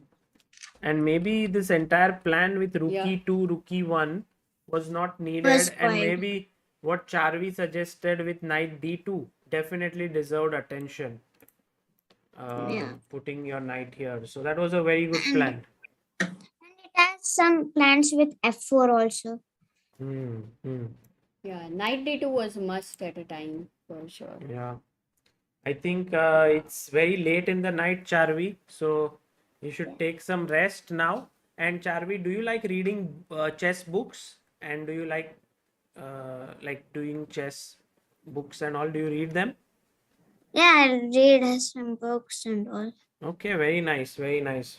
Okay, I'll And think of how some. many hours do you practice every day? 5? 5. But then you practice at night as well, yeah? After your school and everything is done. Yeah, now school has holidays, so Acha, very nice. I think also for these young talents, like many of them, the number of hours is just becomes Yeah. kind of irrelevant. Yeah, after a point, it's That just is like true. That is true. they practice whenever they feel like, they enjoy, and which is most of the times they Correct. enjoy. I mean, she would be even practicing 8 hours. She would not even realize that is also possible. So, but it was so much fun to have her and get her Yes. insights. Sagar, she was so fast. I was just trying to look into certain moments, and she was already there suggesting moves, long variations. Maza hi aa gaya, and I'm so glad to hear she's inspired by Judith Polgar. I Yeah. think all the little girls have to be inspired by her in that sense. And playing in men's is one of the toughest thing to do, to start playing. And once you do that, the level just increases Yeah. like anything. I think generally it's like if you face tough opponents, you improve, just like how Pragg, when he faces players like Liren, Magnus Carlsen, his level improves. And the same, I think, is also Charvi's thought process, that she wants to face strong opponents. So Yeah. she takes on new challenges. So Charvi, that in that same vein, our challenge is still there. Yes, you will play Yeah. a blitz game with me. Oh, Yes, she not now, not now. acha. We have a match, so I have to prepare again because she's now very strong. So Oh. I have to be careful. So I'll try to prepare bit fitness. I'll run a bit and build stamina. Okay, but till then, Charvi, it was a absolute pleasure having you. Maybe someday you can join us again. You know, we'll Mhm. enjoy. We enjoyed comment. Did you enjoy? Yeah, I enjoy very much. Okay, thank you. And Thank you. Thank you. a big thanks to your parents who also put up the Zoom call and everything for you. So thanks to them. All the Bye. best to Pragg. Okay, thank you, Bye. Charvi. Bye. Bye. Guys, that was Charvi there. I would say charming Charvi, who analyzed so well Amruta. And also, we got so many people who contributed for her chess.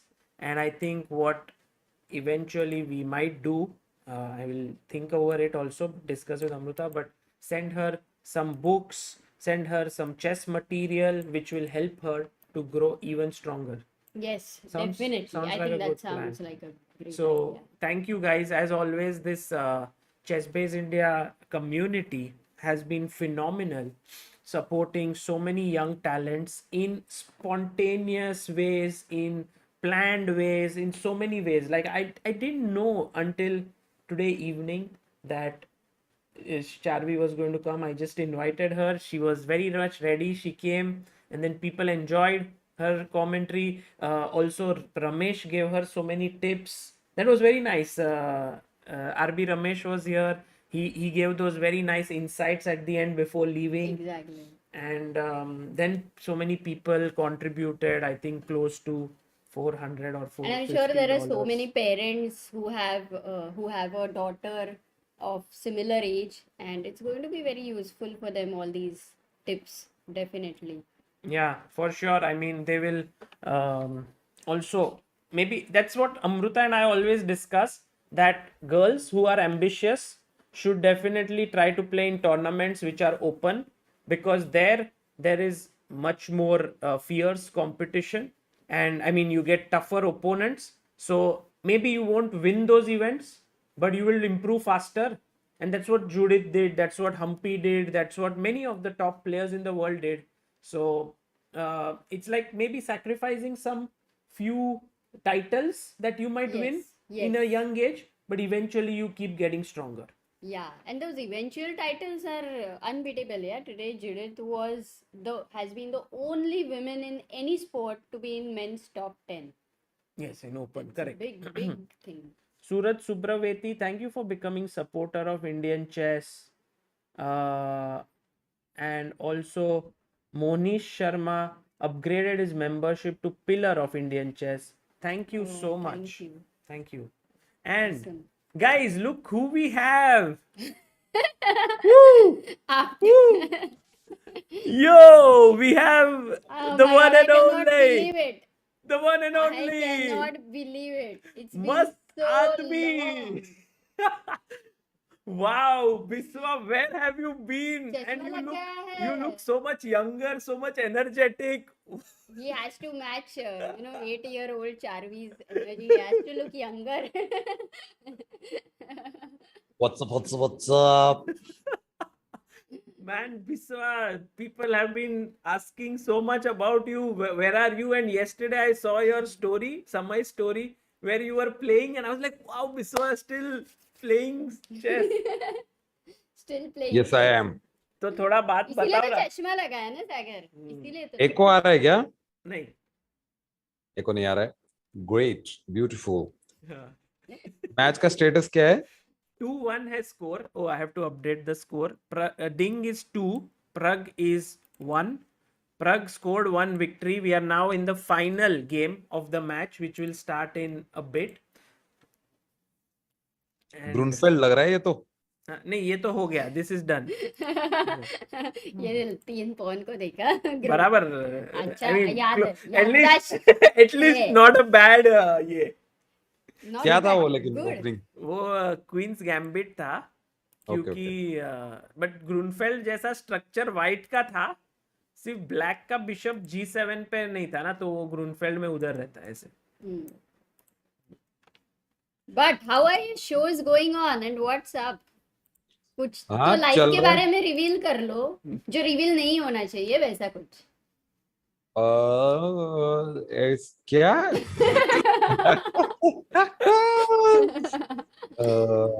ऐसा तो कुछ नहीं है. चल रहा है.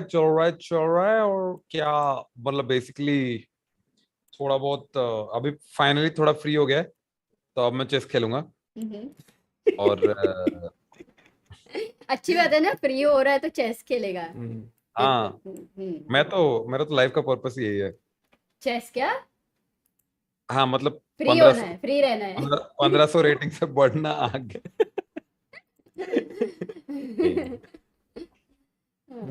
And दिखाओ sir कुछ जलवे दिखाओ. have you watched yesterday? Were you able to catch up on I Pragg saw Nanda's- game number 2. मैंने एनालिसिस देख लिया. Oh, that was the best one. Blitz का लास्ट विनिंग मोमेंट्स देखा. बाकी नहीं देखा है. बाकी नहीं देखा. एक मैंने देखा जो अनिश गिरी जीत रहा था, आखिर में ड्रॉ कर लिया प्रग ने. I think game number 3 that I saw. Then Anish had to win with the black pieces, apparently won. But game number 2 I saw. Right. मजा आया. सही है. Game सच number में. 2 was epic yesterday. अच्छा, तो मैच स्टार्ट होता है, position लगाओ ना. Some position you want to solve? या आई मीन कुछ गेम से अगर कुछ अच्छा इंटरेस्टिंग रहा है. ठीक है, मैं दिखाता हूँ आपको. उसको आज weekend game दे. हाँ, आज का जो टैक्टिक्स थे, they were not so easy to solve because they were quite complicated. But let's ask Biswa some position. One second, I'll just bring it up. ठीक है. Amrita is going. तुमको है ना अभी एक One? पार्टनर. अच्छा हाँ, तुम you can take rest. Amrita is नहीं, not rest feeling नहीं. so well. I have Health. to do work. Okay. शांत. ठीक है. Sure. I would like to watch the match also. You tell me. No, whatever is your, I mean, completely. You tell me. कर लो guys, मियां बीवी. Biswa is like, मेरा position नहीं आ रहा है, तुम लोग के चक्कर में. ठीक है. I'll just see the opening and then I'll decide. चालू हो गया क्या मैच? नहीं, अभी शुरू होगा. So here is a question for you. Okay, Biswa, one second. Let me see. Which one can I ask?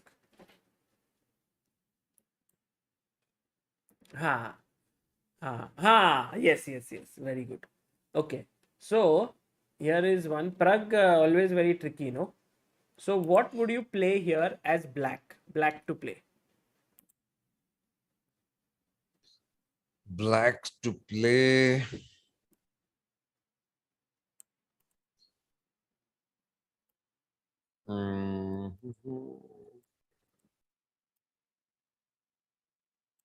रुक टेक्स e5 एक ऑप्शन है, but knight e2 is an option, and रुक e6 is an option. अच्छा, वो रुक आया इधर लेने के लिए. ठीक है. Okay. So promotion is the key here.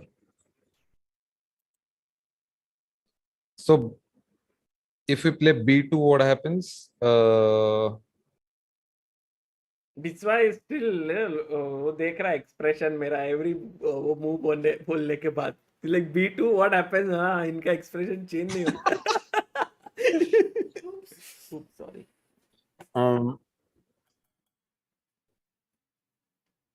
b2, what happens is So B2 B1 wins. No, Biswa, it's simple. I asked a simple question. no. Pragg is black, no? No, Pragg was white. He played rook a3. It was Oh. black's move. So what did Ding Liren play here? That is the question. But of course, b2. people Then are he- saying flip the board. Should I flip the board? Will it make it easier? अरे नहीं रे, क्या अतरंगी ख्याल है लोगों के, flip करके कैसे इजी हो जाएगा, but okay. I mean, you are black, so you are looking from black's perspective. ऐसे.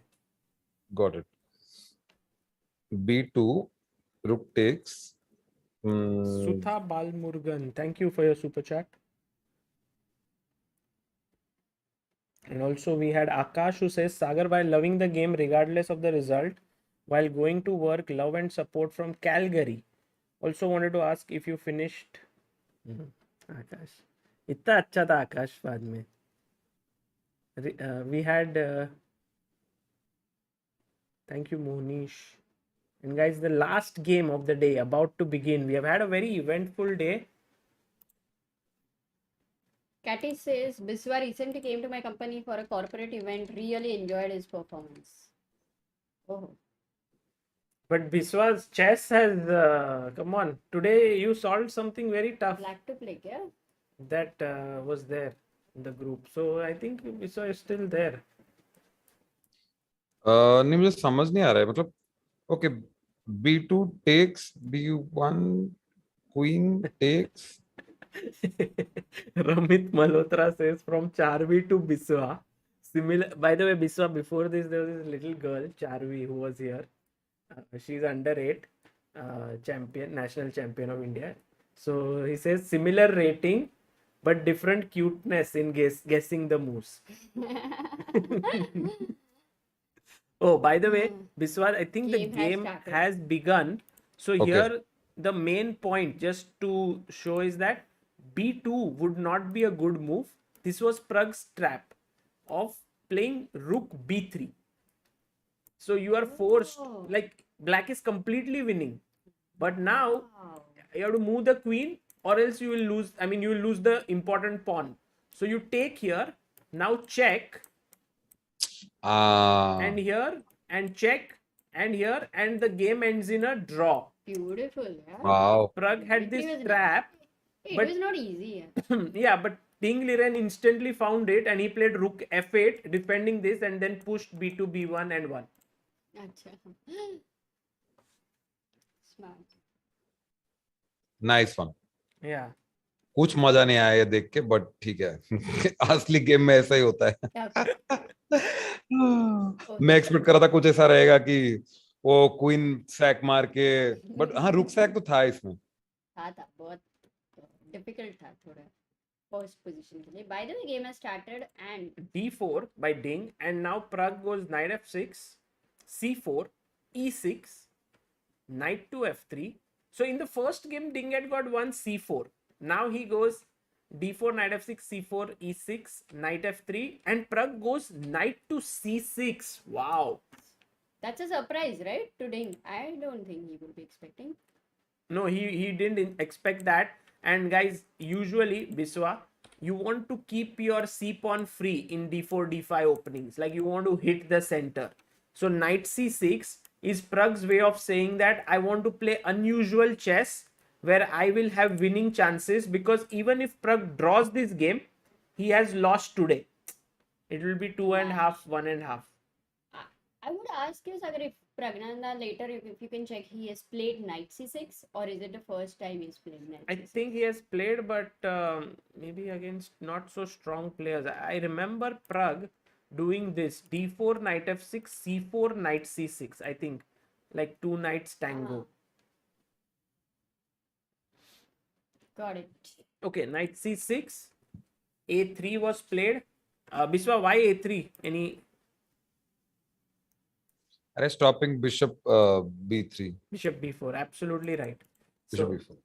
g6 by Pragg, he said, okay, if my bishop can't go there, I will develop it here. Knight c3, bishop g7, e4. Ding is playing very classically in the center. d6, bishop e2, castles, castles, and we now have some kind of a weird King's Indian. But I mean, black has wasted a tempo with e6 because generally goes e5 in one move, while white has played a3, which is not very useful. But I still feel white is clearly pushing. Okay, here's a question.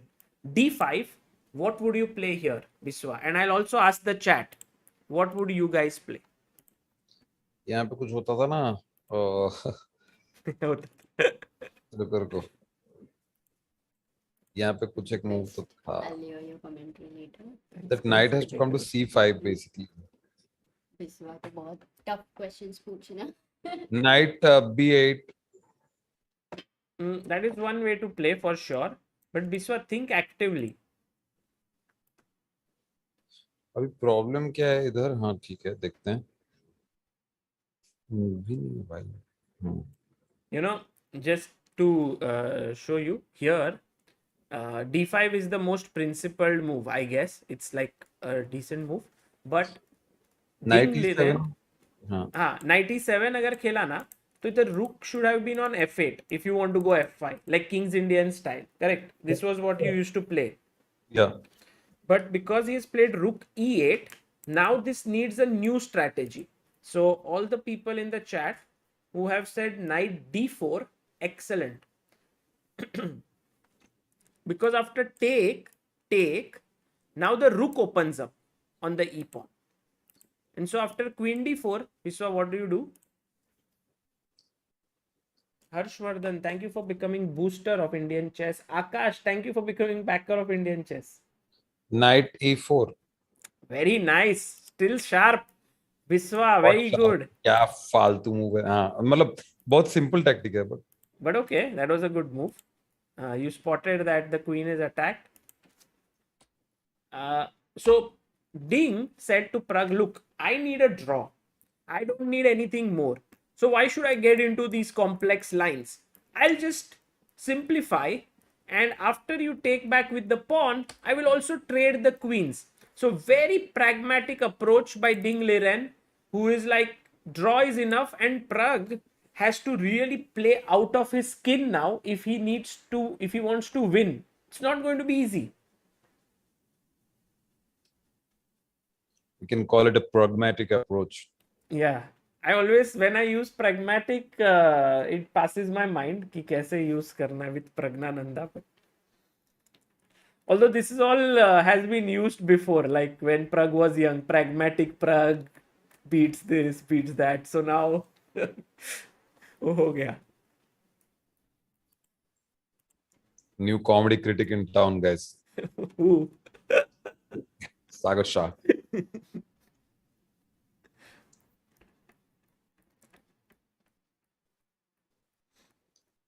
क्या करेगा? लेगा ना? रुक से ही लेगा और क्या? I think Pragg is thinking of taking with the knight. Knight से लेगा. Knight e6, knight.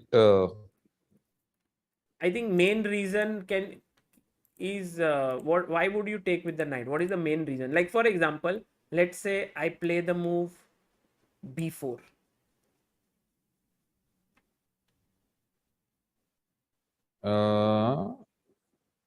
Why did you take with the knight?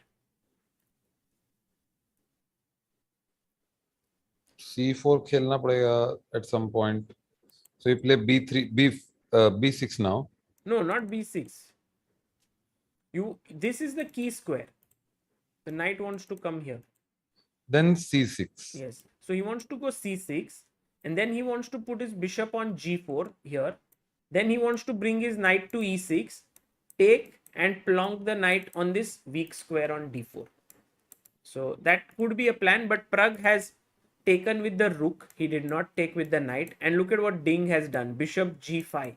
So Biswa, here's my question. h6, what should white play?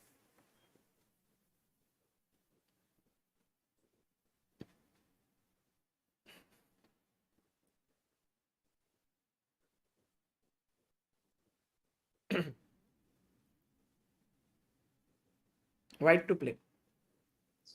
Yeah. Yeah, Shaibi Binoj, well done. Chintan Shaparia, Samarth Gandhi.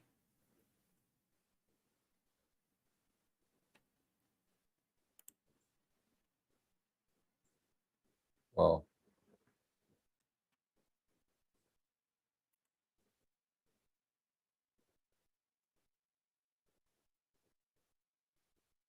All those who are saying knight d5, guys, if you play knight d5 here, then won't I just take your bishop?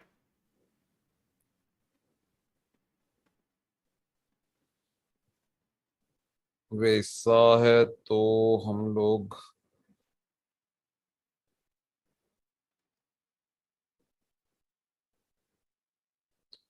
पता नहीं. I'm thinking knight e4. Knight. If it takes the. Which one? Which one? Just checking knight takes e4. E5 you mean? अभी white का move है. Sorry, I'm black का move calculate कर रहा था. No, h6 no. Played. क्या करोगे? Bishop h4 किया तो g5, bishop g3. Hey, that's not bad. But then he'll play h5. No, he can't. But there is a more direct way, Biswa, here.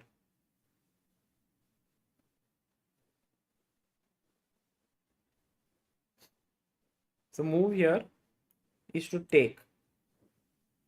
And after take, what's the move? White to play.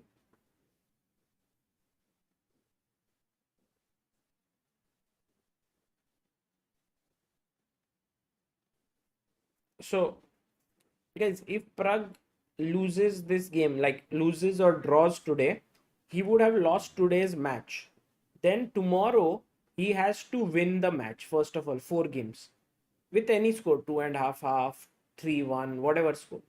And then he has to then play the tie breaks because it's 1-1. 5 plus 2, 2 games. And then if he wins that, if that is also 1-1, then Armageddon. That's how it is.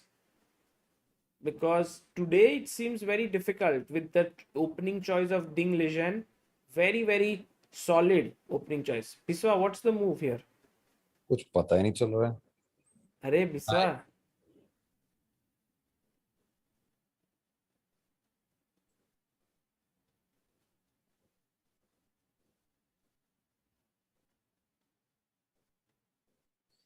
Rook d1, rook d1. नहीं होगा. LPDO. What is the loose piece here? The bishop is the loose piece. But वो कैसे drop off है? Knight d5. Knight d5. Attacking the bishop and also c7. So if you play bishop g7, then I take here and I attack here and then the knight goes back. So I won a pawn. Free pawn. So that's the reason why after bishop g5, Pragg is actually thinking very seriously as to what to do.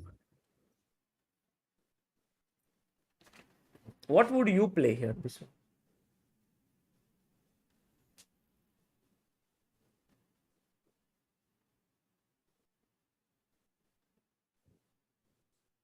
Bishop e6 maybe. सब लोग chat में बोल रहे बिस्वा भी like network नहीं आ रहा है बिस्वा इस दिन कहाँ फंस गया मैं? अरे गाइस, बिस्वा खुद से आया, ऐसा थोड़ी ना है कि कहाँ फंस गया। अरे अभी दिमाग नहीं चल रहा है गाइस। आज आपका शो भी था ना, you went to a show. हाँ, उससे कोई लेना देना नहीं है। बहुत दिन से चेस ढंग से ये सब पोजीशन वगैरह किया नहीं है, तो कुछ दिमाग ही नहीं चल रहा है। बिशप E3 E6 सही नहीं है क्या इधर? Bishop E6, then again the same problem. He'll come knight D5, and because this is pinned, you will have to give up your bishop. And then after I get this very strong Okay, center, crazy idea. what? Rook E8. That is the best move. I felt like I was also thinking that we should go rook E8, and then if he goes knight D5, then we can take, pawn takes, and play knight D4.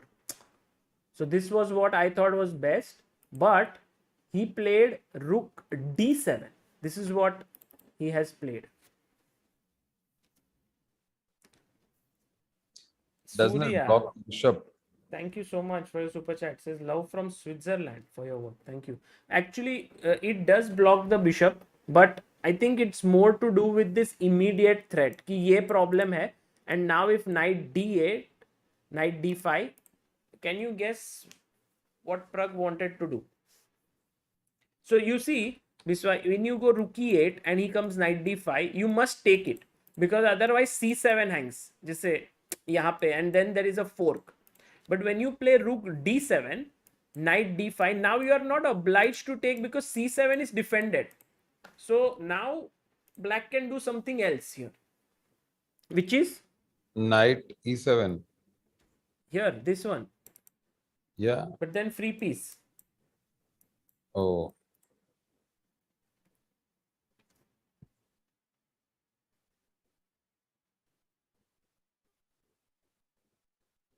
Okay, just knight takes E4. Yes, that is the move. So that's why he played rook d7. So Pragg, even in this position, is trying to keep some fire going. Now rook d1 played by Ding, and Pragg has taken. And once again, Ding Liren just so calm, cool. If you look at his video, you will see him, like both his hands, just trying to think of what to do. Rook d1 or bishop d1.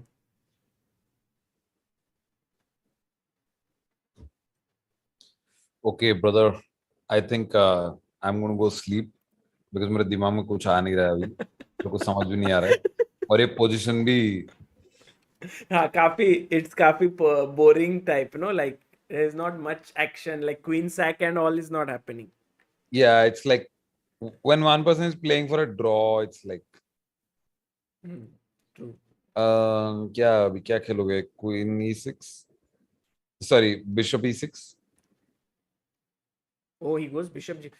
Biswa, I have a feeling that Pragg might start putting some pressure, because I didn't understand why did Ding Liren not take on d1 with the rook. Like, what was his reason? He could have taken, no, here. I think he wants to get his bishop to A4. A4. Okay, he wants to get his bishop. Maybe, yeah, that's possible. Maybe he thought that his bishop can be improved from this side. But you see what he's done with bishop G4 is now if you go bishop A4. Double pawns. Sorry? Pawns double हो जाएंगे. यहाँ पे मार के ना. हाँ, मतलब if you take Gf3, of course this is very bad because knight will sit on D4, which is very powerful. But I think when you will take on F3, he will first take on C6. That's what? And then take, and the position would be around equal. So maybe here after bishop A4, Pragg has to think of something else. Ankit Sharma, thank you for becoming booster of Indian chess.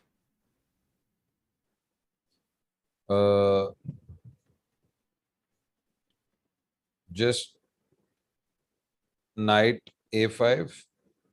Yeah, possible. But then he might take this pawn. Oh, yeah. Maybe this move, this knight D7.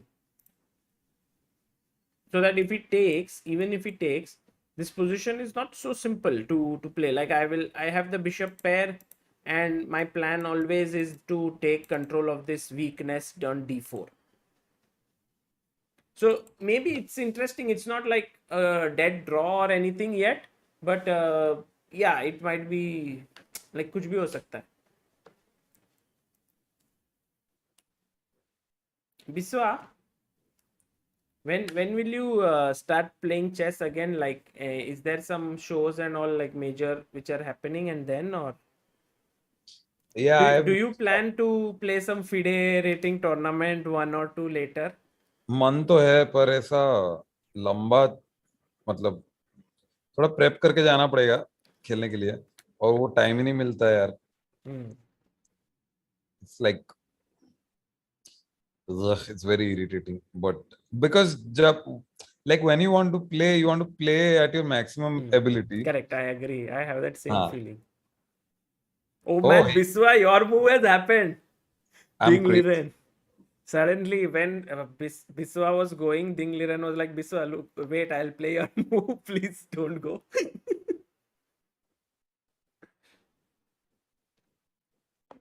Biswa, what's the plan to take your online rating to 2000? It's all different questions being asked. There's no plan, but what about night? Oh, pawn hang कर रहा है. Actually, I think this might happen, Biswa. Take, take, take, take. ऐसे खेलेंगे शायद.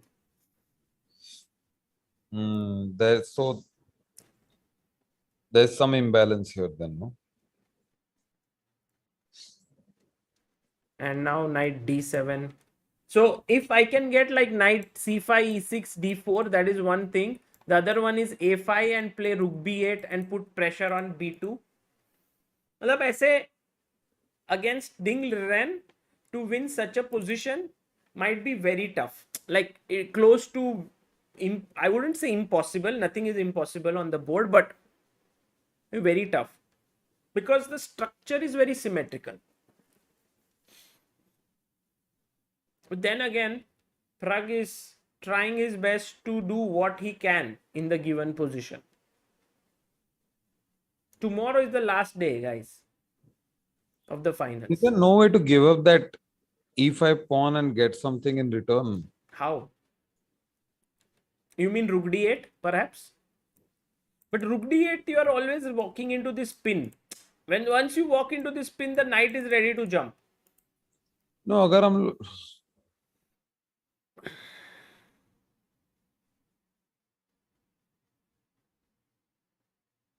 गजब गंदगी है भाई. This bishop g4 move was basically not good. But I then what? feel. I mean, what would you do? Yeah, then what to do also? I think it was like he just developed because if you went like bishop e6, which is possible, but then bishop a4, and now you don't even have the counter attack. Yeah, the counter attacking. So here with your forcing matters. Oh, and look what Pragg does now. Bishop a4, he goes knight e8. And Ding takes, knight d2. Now Pragg has the bishop pair. And he comes back with his bishop. So Pragg says, at the cost of the doubled pawns, I have got one open file here. And I also have taken control of the very important d5 square. So bishop e6 is a very nice. So यहाँ पे actually one square is weak in black's camp, and white knight should try and sit there on that square. C5, na? Absolutely right. Knight a4, knight c5. So I think if Ding will most likely go knight a4 and knight c5. But then knight a4, bishop f8. Ha, true. Knight a4, bishop f8. Controlling B5. here. It's the best move. Sorry. B5. b4. B4. And now a very important move. Like this is what you are aiming for with black.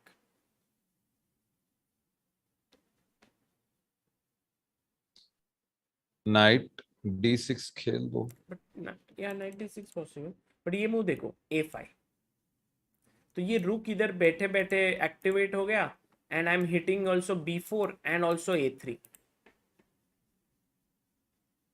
becomes very powerful. So a5 has been played. By the way, Ding went bishop e3, Pragg went a5, knight a4. So he's coming to this c5 square.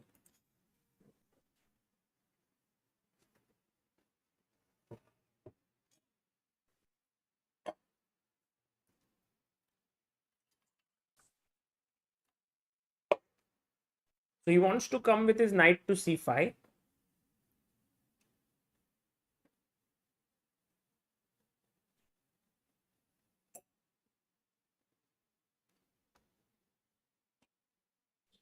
f5 is a good move or what here? You mean direct. Yeah, looks logical, but Pragg goes bishop f8. But I think I like your suggestion, f5. It's a very active move. It's just that knight c5 might be a little irritating, hitting the bishop. But you can always drop it back, like bishop f7. So मुझे लगता है ये होगा आगे. And now Pragg took on c5. Bishop takes c5.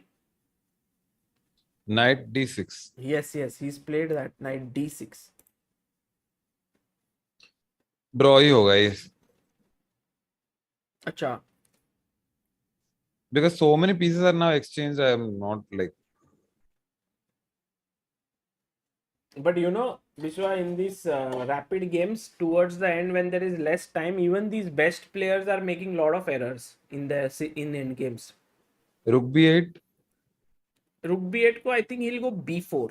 So that's why he first said, Beautiful. I'll fix the weakness. This concept is beautiful. Yeah, f3, and now he'll go rook b8.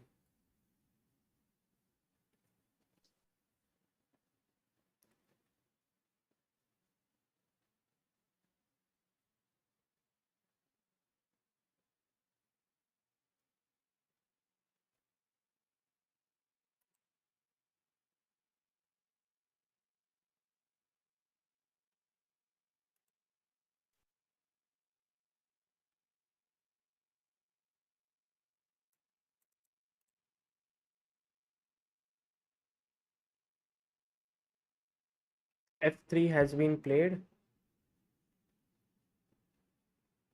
I think rook b8. What should white do? Maybe rook c2 is one idea. Or bishop b4. But I think bishop b4.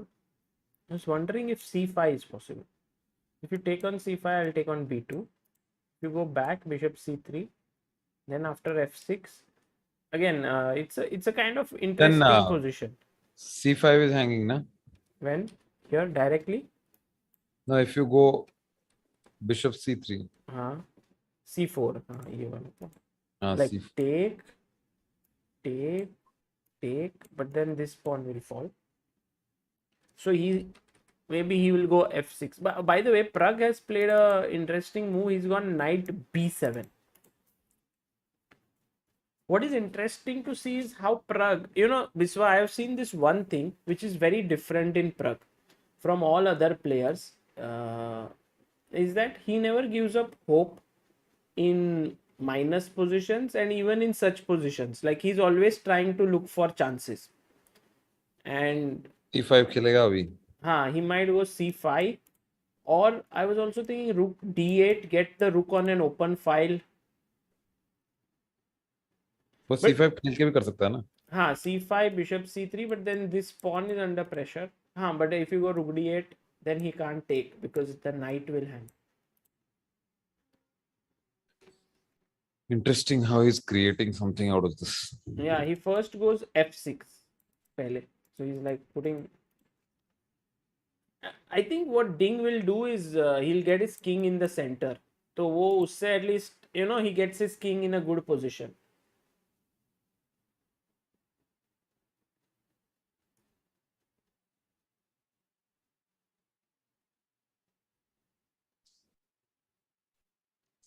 प्रग का exam कैसा गया? He said it was nice. He wrote. क्या subject था no?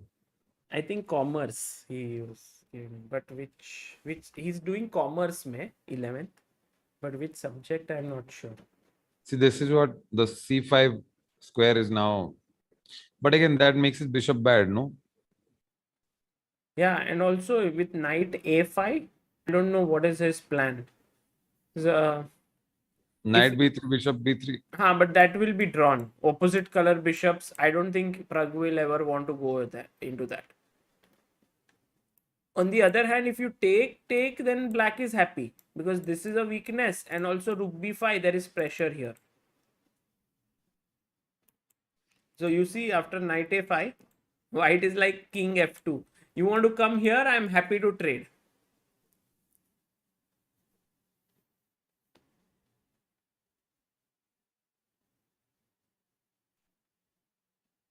He's trading. Oh, he took. कुछ तो देखा है प्रज्ञ ने. But what? Now this is just equal. I think this will end in a draw. I think Pragg just sort of played objectively. He saw that there is nothing much he can do. And I think he's agreed. Yeah, king e3. If rook d8, then maybe yeah. Rook c3, rook d3 could be an idea. Yeah, this should end in a draw. Yes, Rishikesh Maladi says if you trade the knights, it's a definite draw. That's what will happen. And that means that the onus is on Pragnananda tomorrow now to win. Unless we see some turnaround which was insane. I mean, such a turnaround would, I don't think, happen against a player of Ding Liren's caliber.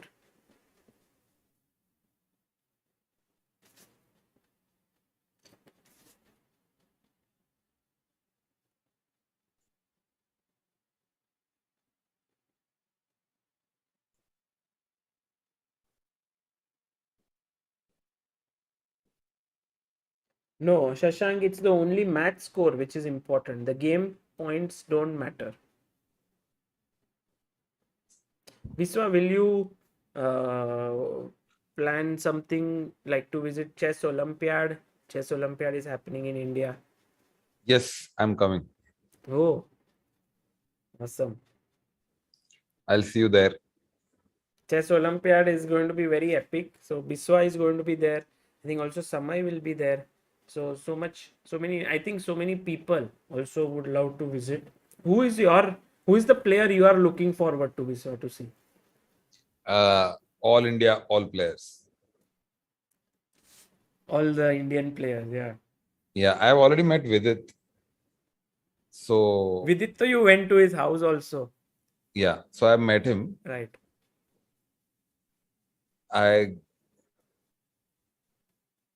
Rest, I think no one, right? Because you never came to any chess event. I mean, chess tournament. I've not met anyone, but Vishwanathan Anand, I can't like, क्या बात करूँगा? So, like, hello sir, very good. Can't chill. So for chilling only, these Adiban types only. Nihal is also there, whom you have played with, I think. Yeah, Nihal is not my age group, so. But Nihal, you have played the GeoGuessr and all. He's very good at it. So maybe similar Yeah, tastes. he's very good. You know, he's very good at chess also. Because Arjun and there are so many other youngsters. But it is great that so many people are coming to the Chess Olympiad, and Biswa, it will be awesome to have you there. क्योंकि पहला chess event होगा, and you know ऐसे बाजू में थोड़े chess events भी होंगे, like rating tournaments and all. तो maybe खेलते खेलते rating you can get there. Yeah, sure.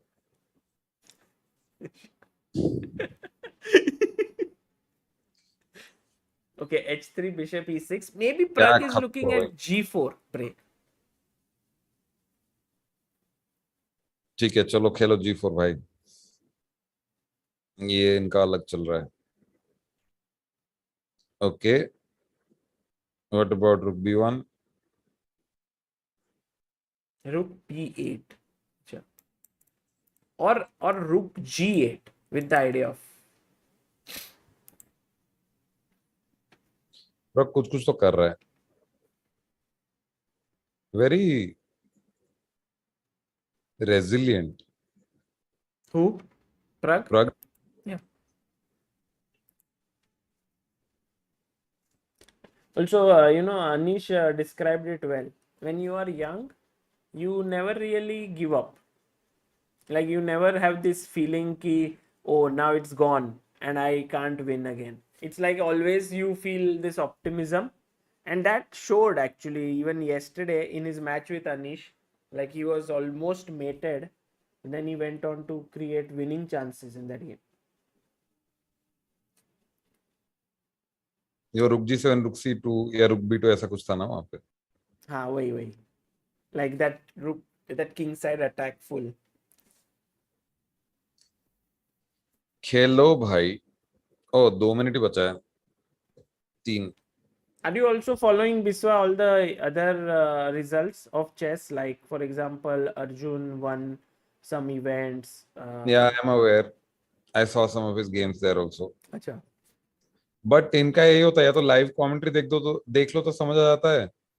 Otherwise you have to watch Agadmat or somebody analysis or Chess-based India analysis if it's there. Otherwise तो match मतलब you just know the result ना कि oh so he won, oh so he lost. Basically that. So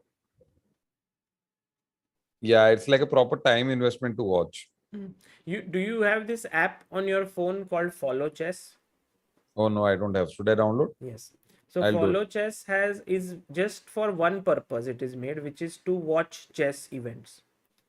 So Oh wow. you know it will be like ऐसे tournament के नाम आएंगे कि Sharjah masters, then ये champions chess tour. So you will get, and on that, whenever any game is live, it comes live. So when you click on it, all Indian players are at the top. So you can just follow the results, you can follow their games. It's a very nice app.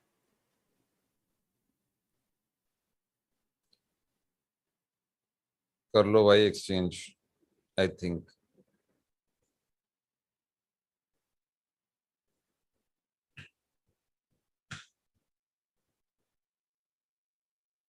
Yeah, guys. Anyone who, okay, they are repeating. Pragg has, and there you see Ding Liren happy with today's result. Pragg, of course, not very happy because he's lost today, but I think there was not much he could have done in this position. Also, winning one game with black against Ding is a good result. So 2.5, 1.5 is the score. Biswa, tomorrow, do you think Pragg can make a comeback? Yes. Okay, that, I mean, I hope he does, because I He think will. He will want to win. amazing. Of course he'll win. I mean, it's not going to be easy, especially with Ding, who is so solid. But एक match जीता ना आज. कल दो जीता. आज जीता, and that too very very nicely he won. It was a good game. He has defeated Magnus and Anish Giri, so you can't. We can't be like कि नहीं कर सकता. He of can course, do. no, it's not like he can't do. There is we have to keep the possibility open. But right now the match is heavily in Ding's favor. I think board exams लिखने के लिए किसी और को भेज दो. I don't think tomorrow he would have board exam. I hope he does not have. It does take time and energy. बोल दो प्रग को बुखार आ गया, बाद में लिखेगा. वो होता है ना एक रूम में अकेला बैठ के एक बंदा एग्जाम लिखते रहता है, सब लोग का क्लास चल रहा होता है, जब वैसा कर दो उसका, आराम से सो के उठ के खेलेगा, वैसे ही हरा सकता है. True. Okay, मजा आया sir. Thank you, Biswa, for coming, and at least thoda I mean the game wasn't as exciting as we would have wanted it to be, but at least it was decent. An interesting match, like Yeah. Just to see, because the main thing was Ding didn't try much, because for him draw was okay. So once a top player with white doesn't have to try much, it's very difficult. Yeah. Okay. Yeah. So I'll see you later. Biswa, thanks a lot for joining. Thank you. कल भी शायद आ जाऊंगा अगर match exciting हो गया तो. हाँ, मजा आएगा. Thank See you you. guys. Bye bye chat. See you. Bye. Guys, that was Biswa Kalyan Rath, one of the key people who, helped in the popularization of chess in the lockdown. He learned so much. Along with him, so many people learned chess. Today we had a very, very eventful day. Although the result didn't go Pragg's way, it's right now. I'll put up the result here in big so you know what's the result. It is Pragg 1.5, Ding 2.5, which means Ding has won day 1 of the finals. Now tomorrow will be day 2, 4 games. Again the same. If Pragg manages to win 2.5, 1.5, 3-1, whatever score, then we will have tie breaks. If it happens that 2-2 tomorrow, then Ding Liren has won the match without any tie breaks. So Pragg has to beat Ding Liren tomorrow. And then if the score becomes, if he manages to beat, then day 1 went to Ding, day 2 went to Pragg. So then immediately they will play tie break, 2 games of 5 minutes plus 2 seconds increment. And then if it is 1-1, they will go into an Armageddon.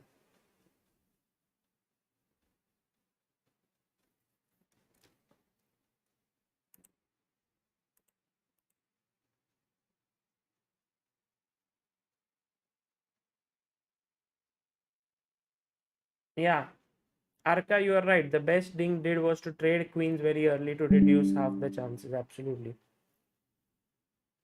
Okay, guys, I will take your leave. And thank you all for a very nice day today with Ramesh. We had a great session. Him explaining not only the intricacies of chess, but also a lot about Pragnananda, his way of preparation, the way he has developed as a player. And then we also had the little Charvi. I like to call her the charming Charvi.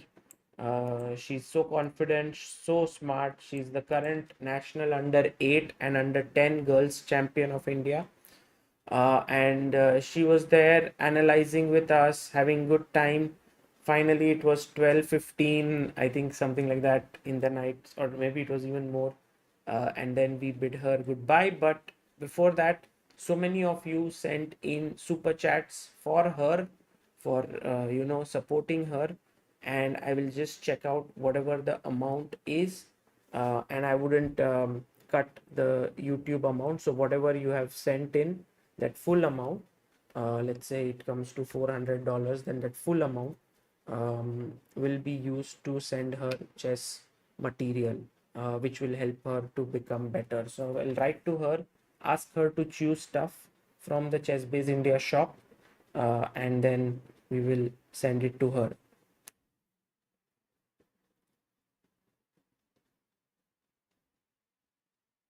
Timing for tomorrow, it is at 9:30. Same, 9:30 p.m. is the timing.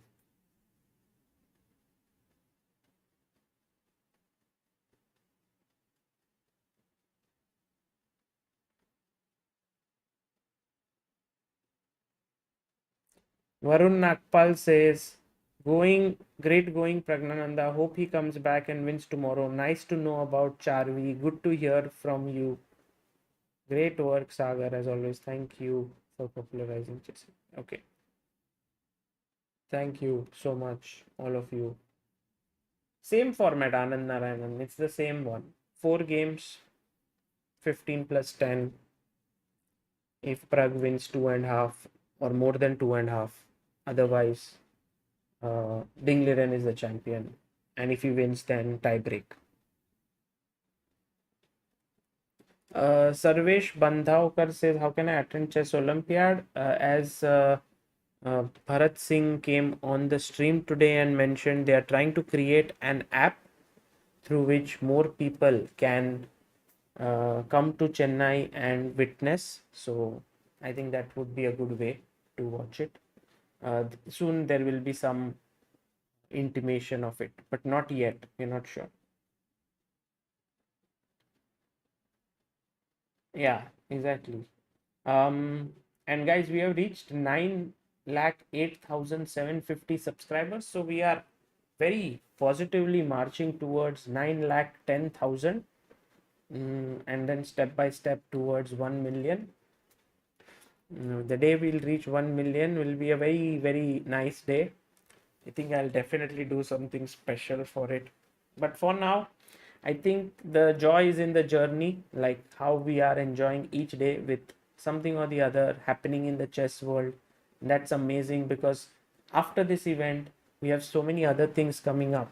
We have the candidates that will happen. Before that, there will be the Norway chess tournament. Then we have something very exciting planned for you before the Olympiad. That's going to be a secret which I will reveal very soon. And finally, we have the Olympiad. So the next couple of months, very jam-packed with high quality chess.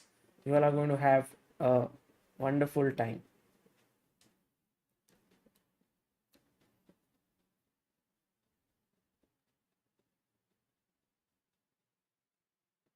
One million dance or something. Yeah, we'll do something. We'll do something interesting.